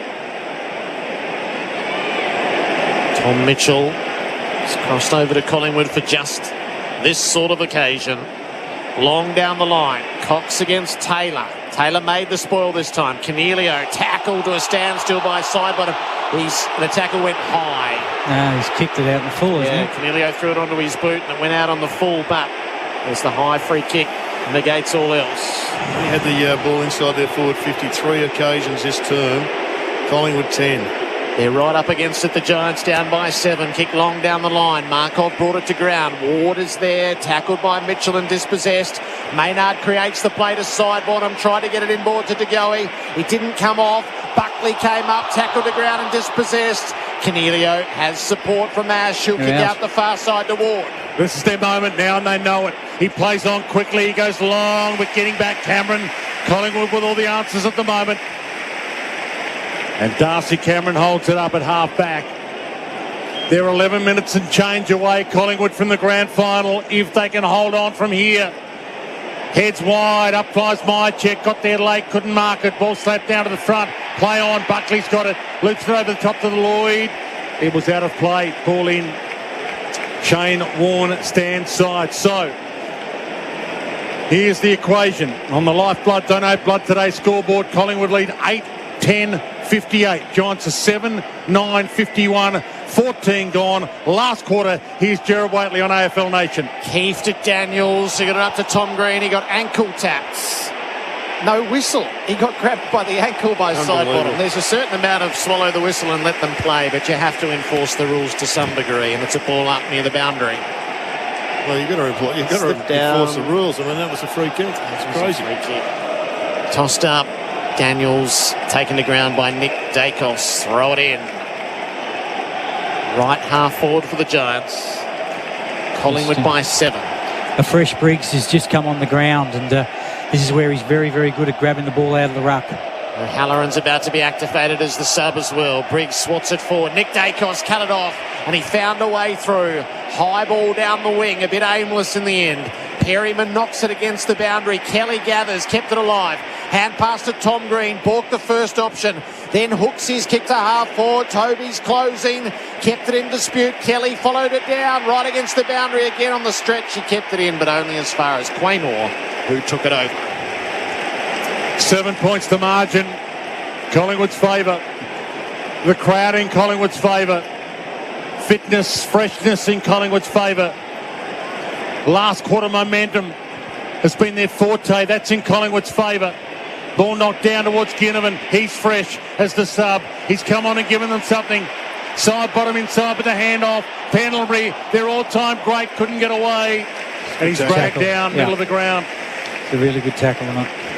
Well, they're holding on here, but they just can't get any free flow, the Giants. Haven't seen any sort of run. Big pack around it. Briggs had it. Tackled quickly. Side bottom to Nick Dacos. The crowd tells him he's hot. He fans it wide to Cameron. Can't mark it. Nearly a free. Ginnivan picks it up. Hammers it inside 50. Ugly ball. Looked like insufficient intent to mine. Oh, it's a terrible call, isn't it? Collingwood coming off the ground. He's subbed out, I should say. Free kick Giants, half-back flank, and they're off and running. He took the full territory on and had a bounce long down the line. Cox and Moore both up. Keith did well. Paddles it the Giants' way. O'Halloran slapped it further on. Over the boundary. Umpire's going to knock him off for insufficient intent. The last two calls have been disappointing, All he's supposed to do, if he takes the ball, it's out of bounds, and he knocks it along. Anyway. Quaynor with footy in hand does his own signalling. And then follows through with a kick up the line. Myercheck got to the front. Iden the spoil. Ginnivan underneath. Hand pass to side bottom. Kick smothered across his boots. Perryman got it going forward, then ran into Nick Dacos. It was over the boundary to be thrown in. Ginnivan looks handy. He looks he looks lively, doesn't he? He dangerous. looks dangerous, and there could be a moment for him in this last 7 or 8 minutes. Cox and Briggs, centre wing on the worn side of the ground. Cox knocked it down. Daniels got knocked off the footy. Ginnivan slid in initially. Mitchell had a go. Ginnivan's trying just to work out whether to feed it out or not, or hold it up. De Goey lends a hand to earn the ball up. 8.5 to go. Collingwood by 7. So Daniels has gone up and Quain has dropped, trying to get a little bit of momentum around the stoppage. Side bottom, bangs it inside 50 for Collingwood. Taylor there knocked it down. Iden's got it. This has been good, Iden, hasn't he? He gets his own handball after a bounce on the deck. Heads toward the wing. Lloyd's there. Can't take the mark. Off hands. O'Halloran, the sub's now on. Gets a kick inside into the corridor. Daniels gets there. He was pushed in the back as he tried to kick it to Lloyd. Just out past Lloyd's hand. He can't get it. Ball in. 60 from the Giants' goal. Coming off. Bedford coming on. Trying to get fresh legs on the Giants. But they trail by 7 points. 97,665 in the house. Amazing atmosphere, and it comes down to this. Collingwood by 7 points, 8 minutes left. Kelly at the stoppage wins the tough ball against the boundary to Daniels, kicks to the hot spot. Brown is closing. Quaynor got there, brought it to ground in front. Pendlebury, sleight of hand to Maynard, kicks down the wing. Taylor was set, he flew, he dropped the mark. Iden took him on, got taken high. The tackle was high. The umpire's not calling anything. There's 4 umpires. Are they umpiring as a team? This is rubbish. It's been going all year. It really is no good. You're going to pay the free kick. It's just a straight-up high tackle. The umpire should have seen that. The other umpire, and he refused to overrule. All four his of mate. them would have seen that. Yeah. Briggs off to Tom Green, Bedford and Kelly. Kicks the Giants inside 50. Murphy paddled to the boundary. Toby Green won't be able to get there. It is out of play. One thing you can just see the Giants, the last 4 stoppages, they've sent someone up and they're getting some traction from it. Really good, getting some traction. Daniels is spare. It's a big choice to what Collingwood do. Quayne is sitting off him at the moment and Daniels is a spare. 7.7 minutes, that's the equation.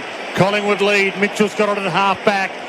Heads toward the wing. Taylor's there. Can't mark it. Crumbs it. Hands it straight to Mychek, though, on the wing. Little shrug off. Tried to keep it alive, but turned it over.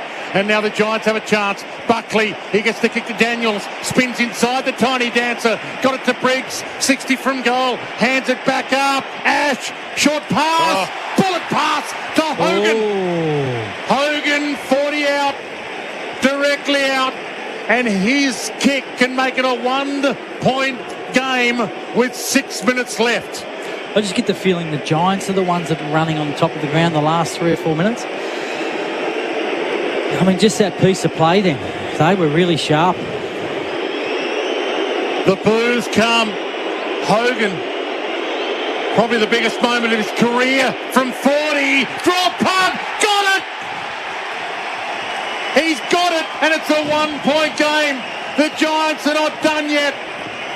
Well, Sergeant Schultz, Dwayne would say, oh, good. He's got him back in. 8-10 to 8-9. Collingwood leads. 6 minutes left in the final term. Great to have your company on AFL Nation for Elders Real Estate and for Tyre Power. Get the power. Here's a little more from our experts. For local expert, a job well done. Jared Healy, Leon Cameron. You just get the feeling, is it Ginnivan at one end or Toby Green at the other? They'll put Green deep for these very reason. And it's just the last 3 or 4 minutes. The Giants won 3 or 4 crucial stoppages. You know, Mason Cox here's got the big advantage. It's huge here. It's a huge centre bounce. Briggs has been really good. AFL Nation for Elders Real Estate and Tyre Power. Get the power. Briggs knocked it straight into Cox. It ricocheted to Callahan. Got it to Cornelio. It's a prodded ball halfway past the middle. Nick Dacos flew. He didn't complete the mark. No, it he's fell not going out to at the pay it. last. He was there too, the umpire. Yep. It looked like it hit the ground, but maybe it didn't. Had it, lost it, hit the grounds. And then he jumped on it, and then he was tackled high. Cripps punches it down. Crisp able to get hold of the footy. Kicks up beyond halfway. No mark taken. Iden had a little fumble. Time This to bloke's recover. been outstanding, He's hasn't got he? support for Whitfield. McCreary closes on him. Couldn't affect the kick. Callahan at centre half back. Whitfield goes flying by. Kick out the far side now. O'Halloran's turn to go. He flew. He didn't take the mark. Quaynor does well. He rode the tackle but coughed the footy up. They're out Kelly's here. got it. Kicks the Giants inside 50. More one way. Maynard the other. They cannon into each other. Spoils were made. Pendlebury down. Sidebottom had a fumble. Callahan knocked it only as far as Maynard. Off to Sidebottom. Slipped a tackle. Kicked the ball down the wing. Giants are all committed to it. Kelly knocked it crisp. Hand passed inboard. Ginnivan doubled back through the traffic. Out to Mitchell on the break. Now to Hoskin Elliott. Has a look inside 50. Doubled back. Got caught holding the ball. What sort of What a tackle was moment for Oak. That could be the match winner. O'Halloran, what a tackle. It could be the match winner. That was amazing. Hoskin Elliott, that, if he sent it forward, could have been a game changer. And right now they're clinging to a 1-point lead, and Hogan's the one, isn't he? Threatening to steal this. He heads Green. along. Toby Green, he's got 2 against him. He flies, he can't mark it, but he knocked it out. And that's all that was required there from Toby. Halve the contest and get a ball in. It's a 1-point game. Collingwood lead 58 to 57. 4:39 left. Packed MCG. Just under 100,000 here. Briggs slaps it inside 50. Josh Dacos to Nick Dacos. All the poise in the world. Bobby Hale and Elliott. They both went up. They spoiled each other. The ball hits the deck and we'll get a ball in just the Giants side of the wing. Jakes, Collingwood haven't been forward for 7 or 8 minutes, have they? Tossed up right half forward for the Giants. Cox knocks it down underfoot. Chris couldn't get it this time. Nick Dacos hand passes it straight to Kelly's Kelly. out. Breaks into open space. Kicks up to full forward. Keith. Oh, great lunging spoil made by Murphy. Toby Green against the boundary. Outside of the ball. The true genius. Marked on the goal line by Sidebottom. It was going through dead centre. Dead centre it was going through. And Sidebottom hustled back to mark. And he couldn't knock it through for a behind either because scores would have been level. He had the poise there, Sidey. He had to mark that. He couldn't fumble it through. It would have been a behind and we'd be all tied up. But he took the mark. Howe goes long. Cox flies off hands. Huge ball to win. Hoskin Elliott wins it. Kicks to the middle. High ball. Buckley bump. Ginnivan goes. Ginnivan got. Ginnivan gave. Elliott a sneaky chance. Ginnivan back in. It rolls to McCreary. It's just a moment. McCreary tackled hard. Got it to Mitchell. Pumps it inside 50 and getting there, Perryman. Big Brad Perryman. And the Giants are still alive. They trail by a point. There's 3 minutes left. Collingwood lead 58-57. Sweaty palms time. O'Halloran was the target on the way out. He's got the glove on. Kick for Toby. He shouldn't have. He had 3 against him. McCarty was out, wasn't he? Cameron across the front to take the mark. Cameron plays it wide out to Howe. Howe takes the territory up the line. Josh Dacos made the running. Inside the final 3 minutes. Inboard with a kick to Mitchell. Collingwood steady with the build-up. Sideways to Pendlebury. Nobody on the mark. Nobody in front of him. Umpire yet to call play on. Now he does. So Pendlebury lays it out to the side for Nick Dacos. It's soaking seconds off the clock. Collingwood lead by a point. To go, he's pacing around on the bench, desperate to get back on the field. Nick Dacos makes the incision inside 50. No mark. Perryman's hand pass. O'Halloran worked it in close confines. Callaghan against the boundary needs Kelly. Mitchell beating to it. Hand pass to Nick Dacos. Collingwood go forward. Hills in the middle. Couldn't mark. Against the boundary. Cannons into bodies. Myercheck dispossessed. Iden's onto it. They're all onto him. Pull it up. Collingwood left forward pocket. Leading by a point. Inside the final 2 minutes. Jared, would you put a number behind the footy right now? 2 minutes to go. Probably. Yep. Collingwood 2 minutes away from a grand final, but the Giants get the clearance. Kelly. Callaghan. Little bounce pass. Gets it back to Callaghan. Keeps it alive. O'Halloran. Half-back flank. He knows he has to keep it alive. He knocked it to Toby Green. Couldn't get away with it. Big toe, little Toby. He fights in. No, he keeps it in the area. He's over it, and it's a ball up. You have to, don't you? They've got one behind there now. They've got 2, and they've got 3, in fact. There's 1:30 left. There's 90 seconds left. Collingwood lead by a point. They're 90 seconds away from a grand final. From the scramble. Kicked off the deck by Crisp. We got it towards attacking 50, and we'll get a ball in 50 from Collingwood's goal. Edge of the seat stuff.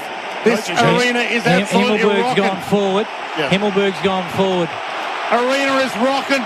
Listen to that. They've turned the volume up to 11. Pendlebury bangs it inside 50. A mark, and it's all over. It's high. Taylor can't take the mark. Giants have the numbers. Gathered by Kelly. Looks inside. They might get a roll of the dice for the steal of all steals. The Giants. Kick into centre field. Moore came up. Ran into Brown. Was happy to absorb the tackle and get the ball up in the middle.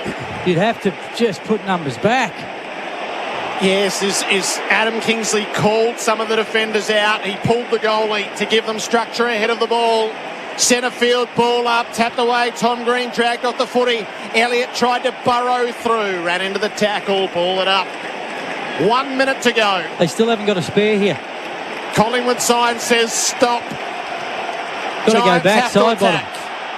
Cameron tapped it down underfoot. They hunt the ball. Callaghan laid a good tackle to stop it right at the source. Can they get the steal of all steals here, the Giants? You'd get a feeling it's going to happen, Dwayne. Collingwood by a point. We're down to 50 seconds. And it's a centre half forward for the Magpies. And the Magpie chant rings around the MCG. Ball to the middle. Pendlebury goes hard. Lloyd almost into his back. No free kick. Umpire circles. Ball up. Well, they're 45 seconds away from a grand final, Collingwood. So they're going to leave Green spare. So Toby Green spare now.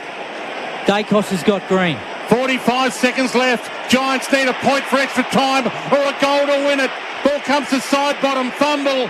Perryman's got him, middle of the ground, massive pack around it on both circles, and we're down to 30. Have to have a spare. You've got to have a spare. 32 seconds left. Collingwood are doing to the Giants what the Giants did to Collingwood 4 years ago. What price of stoppage? Elliott's onto it, kicks out to the wing.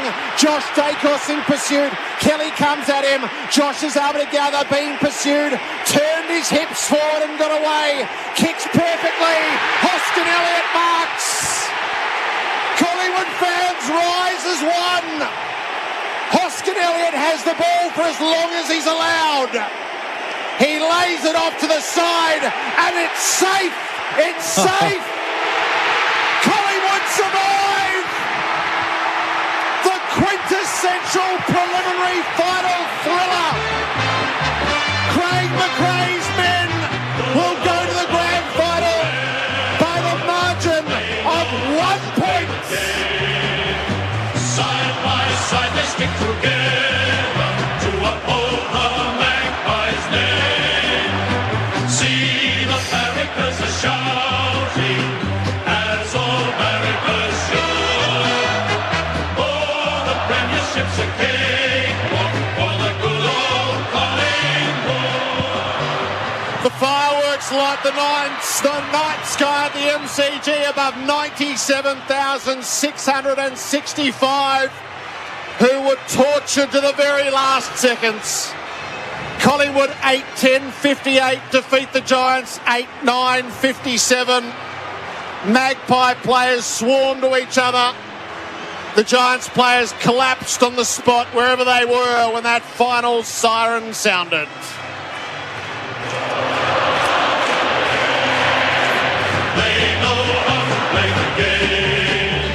Side by side they stick together to uphold the Magpies' name. See the barricades are shouting as all barricades should. Oh, the premiership's a cakewalk for the good old Collingwood. What a symphony this crowd has been. In the maelstrom of it, a moment between Adam Kingsley and Craig McRae, who had worked together previously on their pathways to senior jobs. And now Craig McRae applauding the crowd, asking for more, pumping his fist as he wanders away, and the embraces continue in the middle. Now between friend and foe. At quarter time it was Collingwood by 11, at half time it was the Giants by 10. At three-quarter time Collingwood by 4, and at the close by 1. 8-10-58 over the Giants, 8-9-57. McStay booted 2 and was subbed out in the last quarter, injured. Elliott, Hill, Crisp, McCreary, Myercheck and Cox 1 apiece. Green booted 2 for the vanquished. That was Toby. Tom kicked 1. Cumming, Hogan, Riccardi, Lloyd and Brown 1 apiece. Well, there's a lot to take in amidst the celebrations for Tobin Brothers Funerals, celebrating lives every day of the year. Leon Cameron and Jared Healy. Well, Jared, what an outstanding prelim, and we were on our edge of our seats here for that last 2 minutes. The ball stuck in the middle of the ground, and I think you called it, Dwayne.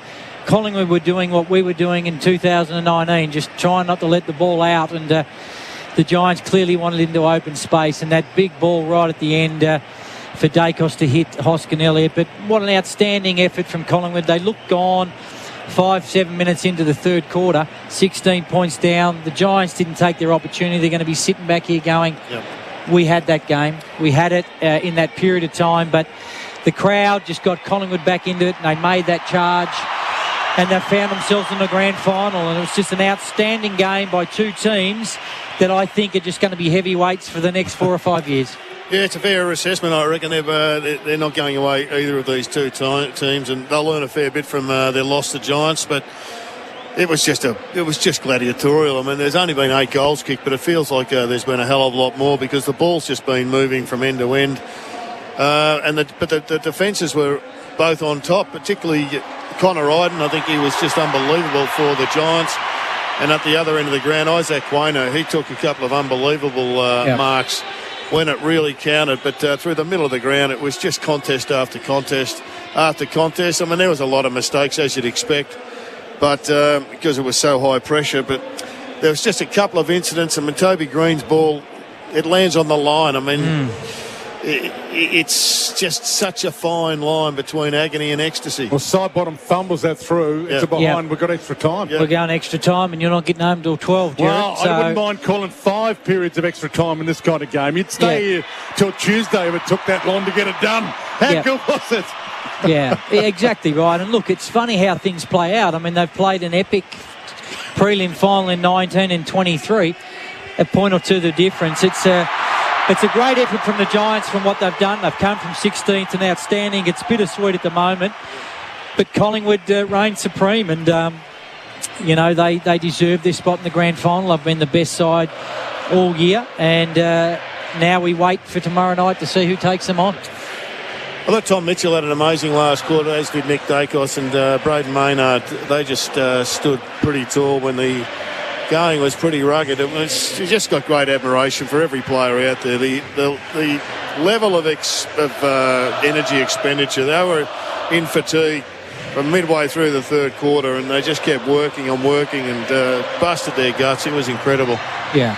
And look, you feel for the Giants. It's, they're absorbing, the disappointment, but this crowd of 97,000 was just rocking the place, and, they're going to take this all in. They're going to be really disappointed, but and Collingwood, it's just stark, isn't it? Yeah, one side's just up and about, cuddling everyone, high fives, and another side is just probably saying, what if? 10 inside 50s. Just didn't really go in enough in the last quarter, the Giants. The Pies had 16, but they just kicked one goal through. It was just a scrap, and it was hard work. There's Phil Davis out on the ground. He's been one of the greats of the Giants, giving a hug to Buckley, who has had a fantastic season. He's in tears. Toby Green walking off. It's all over for them, but they've had an incredible season. Yeah, and you're right. And this is exactly what happened to Collingwood last year up at the SCG. And, they've got to gather their thoughts over the next week or so, be very, very proud of their efforts. What they've done in the back half of the year was just outstanding. They made that run. Their finals performance has been first class, and you just get the feeling that they're going to be around for the next 4 or 5 years with the list they're building. But back to Collingwood, I mean, what a story. I mean, Craig McRae's second year, he's taken to a grand final. It's a pretty even performance by the Pies. I think Jordan Ngai was really good for the entirety of the match. I think Nick Dacos came good in the last quarter. He had 28 possessions for the game, but his influence, I think, really was much more significant in the second half. But Jordan Ngai was 17 contested possessions, and he didn't get on the scoreboard, but he had 13 clearances. I mean, that is 7 more than any other Pie. Yeah, it's a huge performance. It's a big number. Yeah. And it's a massive game in a prelim for him. And look, I thought he was best on the ground. He just had real good clearances, didn't he? Yeah. He made something happen. The jubilation, the joy on Craig McRae's face. Yeah. Try and encapsulate that in words, Jared, because I'm not sure if I've seen that kind of joy and jubilation ever. I mean, the coach to go out there, there's a grand final to be played next week, but he's savouring the moment so much. You got to love that, don't you? Yeah, you're right, Dwayne. And sometimes, when you're coaching, you're in the moment, and you move on to next week because you don't want to show everyone, the job's not done yet. But, that's the breath of fresh air that Craig's brought to Collingwood Footy Club, the biggest club in the land. And he's walking around high-fiving all the supporters. He's brought them into the footy club. And, nothing but admiration. And, we look forward to seeing what happens next week. I don't think we'll fit in 92,000 Collingwood supporters. No, we need a bigger stadium, Jared. Can you organise that? Yeah. I think when you've lost the prelim final by 1 point last year and you get across the line by 1 point this year, you're entitled to be jubilant. Yes, absolutely. Ginnivan gets a game next week, doesn't he? He gave him something. Does. Yeah, he did. He did, definitely. Everything we're seeing from afar is that McStay's out. Yeah, is I think just you're the right. desperation, the consolation, and the heartbreak. Reading the cues, McStay's out. There's too many people gone over to him, put the hands around I wonder if it's was it concussion or a knee or something like that. Because they ruled it early, didn't they? Yeah, well, if it's concussion, there's no choice. But if it's a hamstring or some sort of injury, maybe he'll be able to fight his way through it. There's been miracles in the past, Stephen May with his, but not sure what it was. But this song downstairs, I hope they put it on the big screen, which I think they will. So Collingwood are in control of the screen. 70-odd thousand here are about to belt this out with Collingwood downstairs. So this is going to be fun. Yeah, the odd moment is that the vanquished are still on the field, the Giants. They went down to their fans at the punt road end to thank them and to hand out their signed footies, and they're still milling at the top of the race as the Pies are hitting the rooms. Let's get the noise from in the rooms here. With Collingwood 1-point victors. Taylor Adams is the first there to greet Darcy Moore. You're right, Jared. Taylor Adams is saying, look, I'll come in for next day. I might be the marking target, but put me in. There's a way back if he's right. Does change their structure a little bit next week if he's not there. First grand final since 2018 for Collingwood. One full. Well, what's happened in the interim to deliver them to this? The second year of Craig McRae's reign. Sees them qualify for that one day in September. And John Noble right in the midst of it all as well.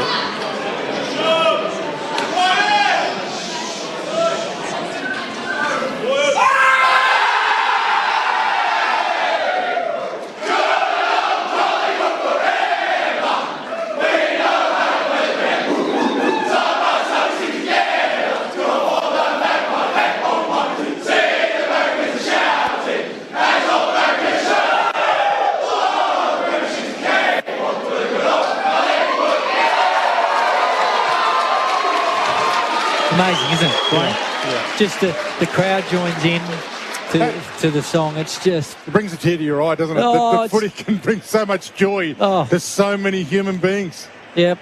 And look, we've loved to hate Collingwood, but the last 2 years have just been a wonderful ride, and they deserve to be in that position for next Saturday.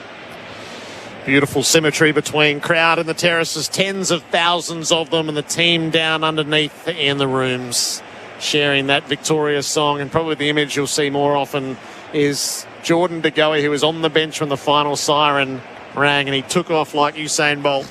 Did he? I missed that. He beelined straight to the middle of the ground to hug Quain Orr and the likes. It was just an eruption of emotion down on the Collingwood bench. And we're about to savour all of that in the rooms. AFL Nation is for Elders Real Estate and for Tyre Power. Get the power. 97,665 have seen it. Collingwood 8-10-58 over the Giants 8-9-57. The Giants kicked 2-1 in the final term, but was still 1 point the wrong side of it when the siren sounded. So 1-3 to 2 goals straight was how the last quarter unfolded. There's so many opportunities in that third quarter, the Giants, that they just made bad decisions. Where for the past 11 weeks, those decisions have just been going through, haven't they? Yeah, they've been just natural. They've just executed subliminally. But that's the experience they'll hopefully take into next season, which helps them go to the next level, that they can deal with the pressure.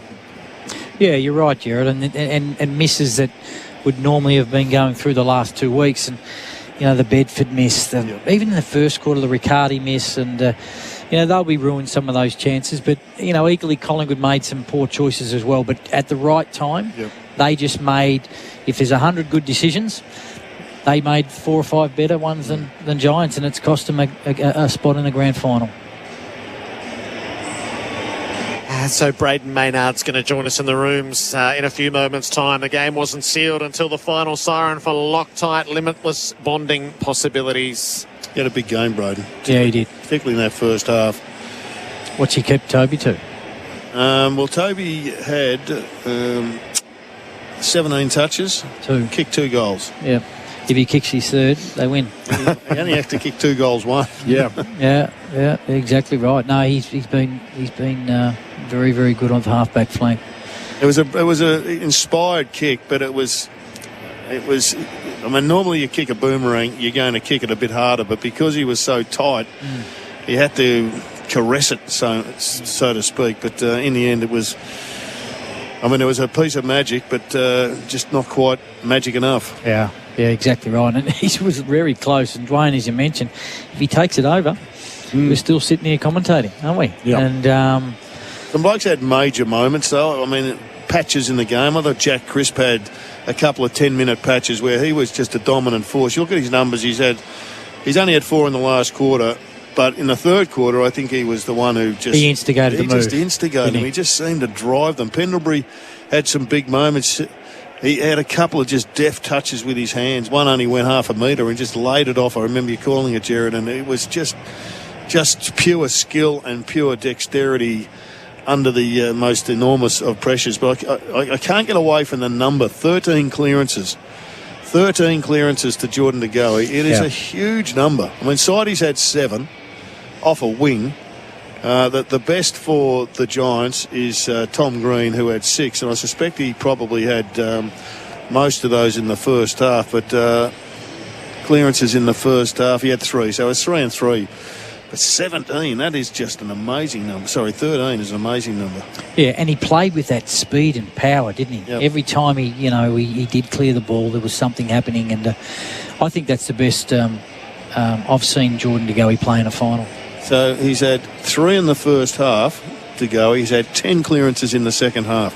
Oh, when the game was on the line, that's an amazing effort. Yeah. What was your moment, Jared? What do you think throughout the game? A moment that's just turned, they've won by a point. What did you think was the difference?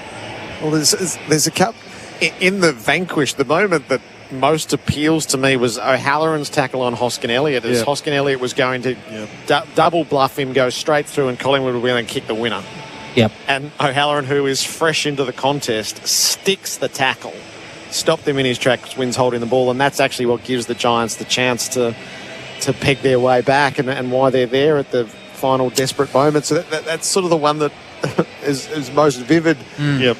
And yet it didn't lead to victory. And yeah, I mean, Toby Green's kick is... we haven't seen the replay from the posts yet. I can't wait to see. I reckon Steele Sidebottom took that on the little line that's painted in the middle of the goals. That's how precise it was. Yeah. It was dead centre going through, and Sidebottom's there to save it. It's funny looking at the last piece of play when it went out to Dacos, and Dacos hit Hoskin Elliott. Yep. And he marked it, then chipped it back to Bobby Hill. Bobby Hill chipped it back, and the siren went when he kicked it, but it went over the head of the Collingwood player. I did it. And because he fell over. Right. And luckily the siren went because the Giant could have ran on and grabbed it. And now I think he kicked it as the siren went. Yep. Okay. So it could have been one of those Simon Beasley, Gubby Allen moments at Whitten Oval. I saw one of the great defenders games last week, Stephen May. I don't think I've seen a better defenders game for a long time, but there's a bloke called Connor Iden out here today that he was superb. Yep. Iden, he was probably the best defender on the ground in my view, and he made a significant contribution because he turned forward attacks from Collingwood around so many times. Quite a superb effort. It's funny how things work out, Jared. I remember we're at the draft. Yep. And Adrian Caruso was the head of recruiting. He said, I know we can only have 5 picks, but if we can get a 6th, I really want to take Iden. Yeah. Now, Iden, I think, went out to about 65. I was at the draft for the first half of it. Yeah. And then I jumped in a cab to get to the airport. I had to get out. And what happened is Wayne Campbell rang and he said, listen, we're going to try to convince Dave Matthews to take Connor Iden. We're going to have to squeeze him into our cap. Yeah. And the rest is history. Yeah. And they've taken him at pick 68. It was a great pick from Adrian Caruso. And he's just played an outstanding game in a prelim final. He's had a big year. Yeah.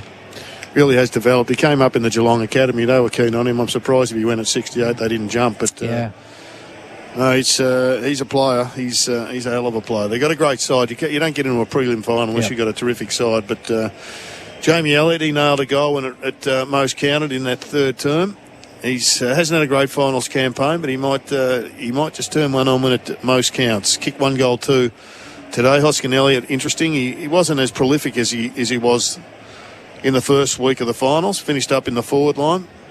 And what a story Oleg Markov is. I mean, he was given away. And now he's playing in a premiership, or in a grand final, I should say. And what about that massive moment here in the wing right in front of us, Brown Markov? Yeah. He runs through kids and all of a sudden they score. Yep. So it was a huge moment. Huge turnover, that one, wasn't it? Yeah. Yeah, one of those preliminary finals that there's half a dozen things that'll be grasped and they will live in the memory. Well, it's a big week on radio next week, boys, isn't it, Dwayne? Well, either way, we're going to have a ripper next week because the two best sides in it are arguably Collingwood and Brisbane. But boy, if Carlton make it, this town, I'm not sure what it's going to be like. But I'm glad I'm broadcasting live with Jared all week. And I'm not sure if you're going down to Crown, Jared, for Sports Day. But we'll be there Monday, Dwayne. It's going to be fun to see what it's like in this town, viewing in the middle of it at Crown as opposed to behind glass in the studio. It's going to be fun one way or the other. And Collingwood just adds another dimension. You like to think that all teams are equal, but some are more equal than others. And when Collingwood's in, it adds a new dimension to it. Apologies to George Orwell. I'm not sure who George Orwell barracked for, but he might be a Collingwood fan because some are more equal than others. What about the crowds? 97,665. It's not a bad crowd. Oh. Yeah, added. So we had 2 92s, we had a 96, and now we've had a 97.5. Where are they filling those extra ones in? Where are they squeezing them into the members? Or yeah, it is. Everything has felt elevated this September, and the crowds have played a big role in that. If it's absolutely jam-packed, what is it? 102, isn't it? 100,026. 102.26, Right. okay. That was last year's grand final crowd. All right, so let's clear a break here. Braden Maynard's just gone missing for the time being, and why wouldn't he after all that he's been through? We'll tell you the story of the game through our categories. Collingwood into the grand final, 1-point winners over the Giants. That quarter on AFL Nation was for Lifeblood. Donate blood today. If your crew has to flee for a behind a tree, get a McGregor. When you need an extra loo cause they're queuing for a get a McGregor. At McGregor Portables, we've been providing businesses with on-site, fully plumbed, able and disabled portable toilets and bathrooms for more than 30 years. So whatever you need, wherever you need it, it'll take no time at all to build it and install. Get a McGregor, get a McGregor, get a McGregor. McGregor Portables. Go to mcgregorportables.com.au. Designer Appliances Deluxe Deals is on now with unmissable offers across a range of luxury brands, including Asco, Fisher & Paykel, Miele and more. Plus, buy now, pay later. Visit your local gallery or designerappliances.com.au. G'day, it's Kane Corns here. All-day socks are designed for people like you and me. For those wanting a bit of extra comfort when they need it most. For the movers and shakers, the late-nighters and the 9-to-5ers. Or for when you just want to show the world who you are by what's on your feet. For all-day comfort, everyday quality and everyday style, it has to be All-Day Socks by Underworks, the number wonder down under for socks. For over half a century, there's one name that Aussie gardeners have come to trust. Holman offer a range of quality watering equipment with an affordable price tag. For the past 55 years, this family-owned business has been helping gardeners save time, money and water. And now, with Holman Smart Watering products, you can water from anywhere, anytime, all from your smartphone. So, protect your garden from the heat this summer with the name you trust. Holman, for the smart gardener. Tradies and service providers, are you looking to improve your cash flow and reduce your paperwork? Then sign up with Australia's fastest growing team of local experts. You'll improve your financial security and work flexibility. Enjoy no sign-up fees? Tick. Better cash flow? Tick. No paperwork? Tick. Exclusive leads? Tick. And finance options to get you on your way? Tick. Ready to join the service revolution? Become a local expert by visiting localexpert.com.au today. A job well done. Hi, bank. Hi, the fixed rate is about to end on my home loan and I just checked my new rate. Most suckers don't. Well, I'm glad I did. Congratulations! Happy new rate! I'm not celebrating. My new rate is horrific. Terrific for us! Are you popping champagne? Oh, sorry, gotta go. The conga line is starting. Wait for me, Barry! If you want to be the one celebrating, go to athena.com.au and switch to the lender that gives a buck about you. Athena, love us and leave us. It's raining gift cards thanks to the Monopoly game at Macca's. You could win one of thousands of gift cards from the iconic Amazon.com.au, FPOS and more. Download the My Macca's app and play today. Ends 24th October. For full terms, visit mcdonalds.com.au. Looking to make a move? A sea change or tree change? Downsizing or investing? Not sure where the market's heading? Let Elders Home Loans do the work for you. Elders Home Loans can tailor a home loan package to suit you, wherever your dreams may take you. A suburban street, a city tower, or a rural retreat. Our network of brokers across Australia are here to support you. We're here to welcome you home. Contact an Elders broker today. Visit elders.com.au/loans. Ah, the SsangYong Rexton. It's the one with enough room to swing a cat. With big 7 seats, giving you plenty of room for all the gang. It's the one with 4x4 and 3.5 tonne towing. That's more tow than a Roman sandal. It's the one with more bells and whistles than you can poke a stick at. And it's the one with the 7-year unlimited kilometre warranty for under 49 grand. Better go have a squiz. SsangYong Rexton, that's the one for all. Drive long, knackers, drive long.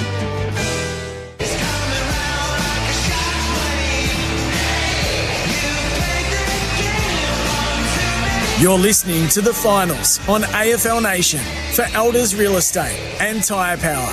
Big Footy final sale.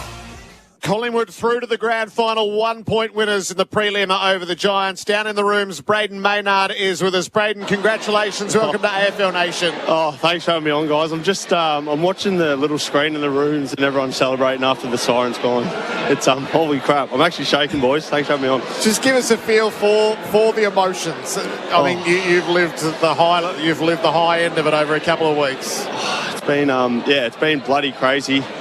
I'll take you back to last year's prelim when we lost by a point, and now we've won the prelim by a point, and the whole week last week was pretty challenging for mine, and I went through quite a bit, and I'm just so thankful for all the supporters, my family, the whole club to rally around me, and which was a really difficult week, but holy crap, what a way to celebrate. I'm just watching. We're just having a look at you celebrating on the cameras on the TV. I'm not sure if you're seeing yourself, but far out. It's a good hug of Jeremy Howe. Yeah, absolutely it is. We that was bloody tough, that whole game. That I said it in the post-game talk to Channel 7. I just want to give a serious credit to GWS, the way they've handled themselves this whole year with a new coach. They're playing some serious football. They're going to be a serious side in the years to come, and so great work to them and to our boys. Holy crap, what a win! And let's go to the big dance. Braden, here's the Giants' old coach. How are you, mate? Leon Cameron. Leon Cameron, how are you, mate? You going okay? I'm going very, very well. Just very quickly, well done, mate. Look, your game was outstanding, and no doubt marking Toby Green, you've got to be really switched on. What were you thinking that last play, the last 3 minutes when he snapped the goal from the boundary line and it fell short and sidewide and marked the ball?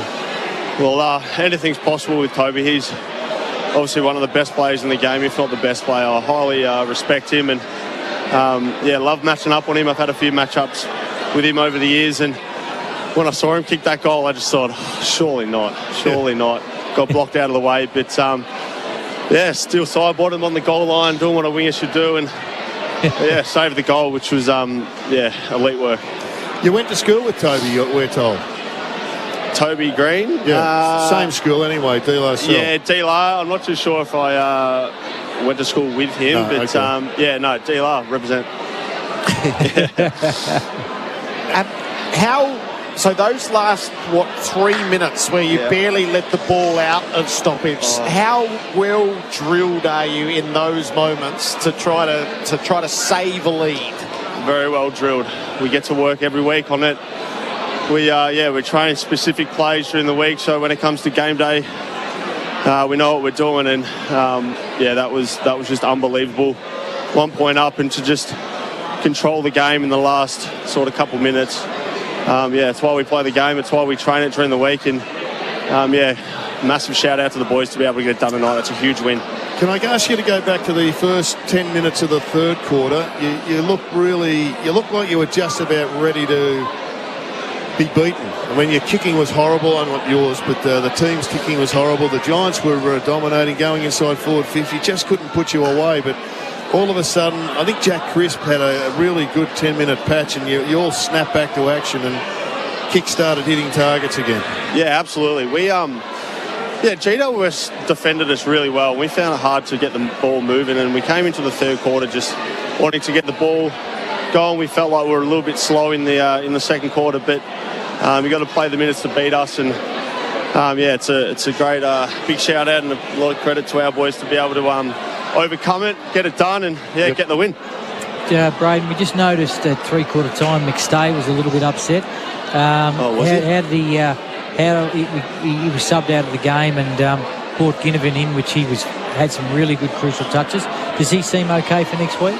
I saw him. I did know that he got subbed off, but I'm not too sure why he got subbed off.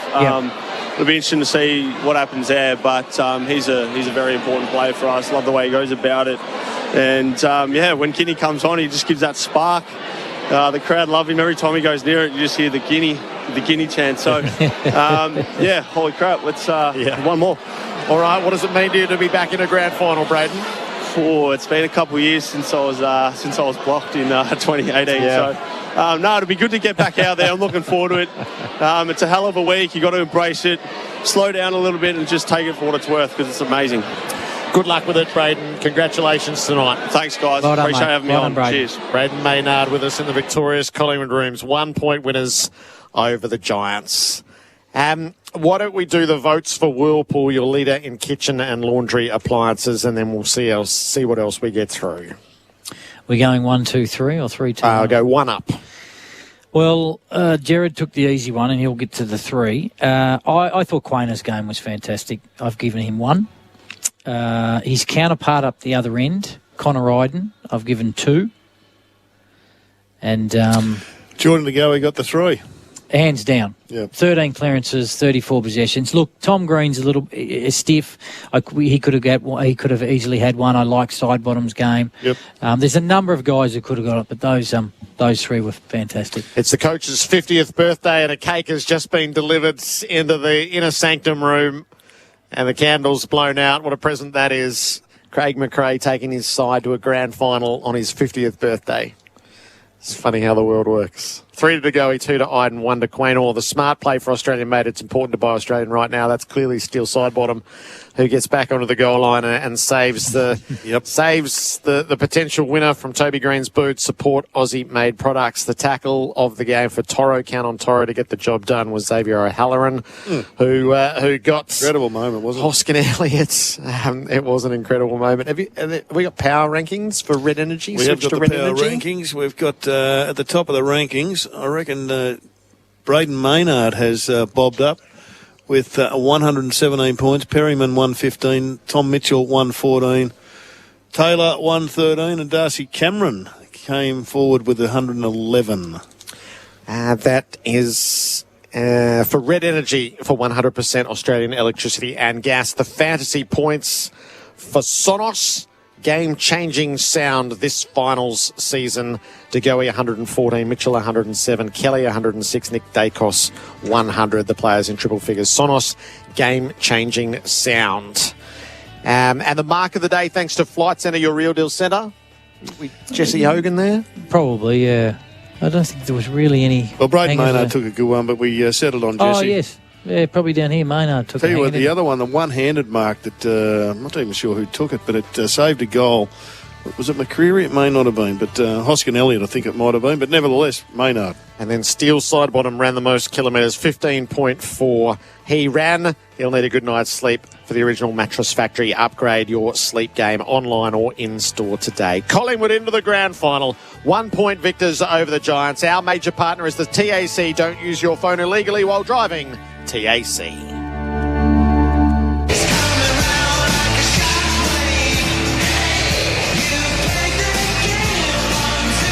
You're listening to The Finals on AFL.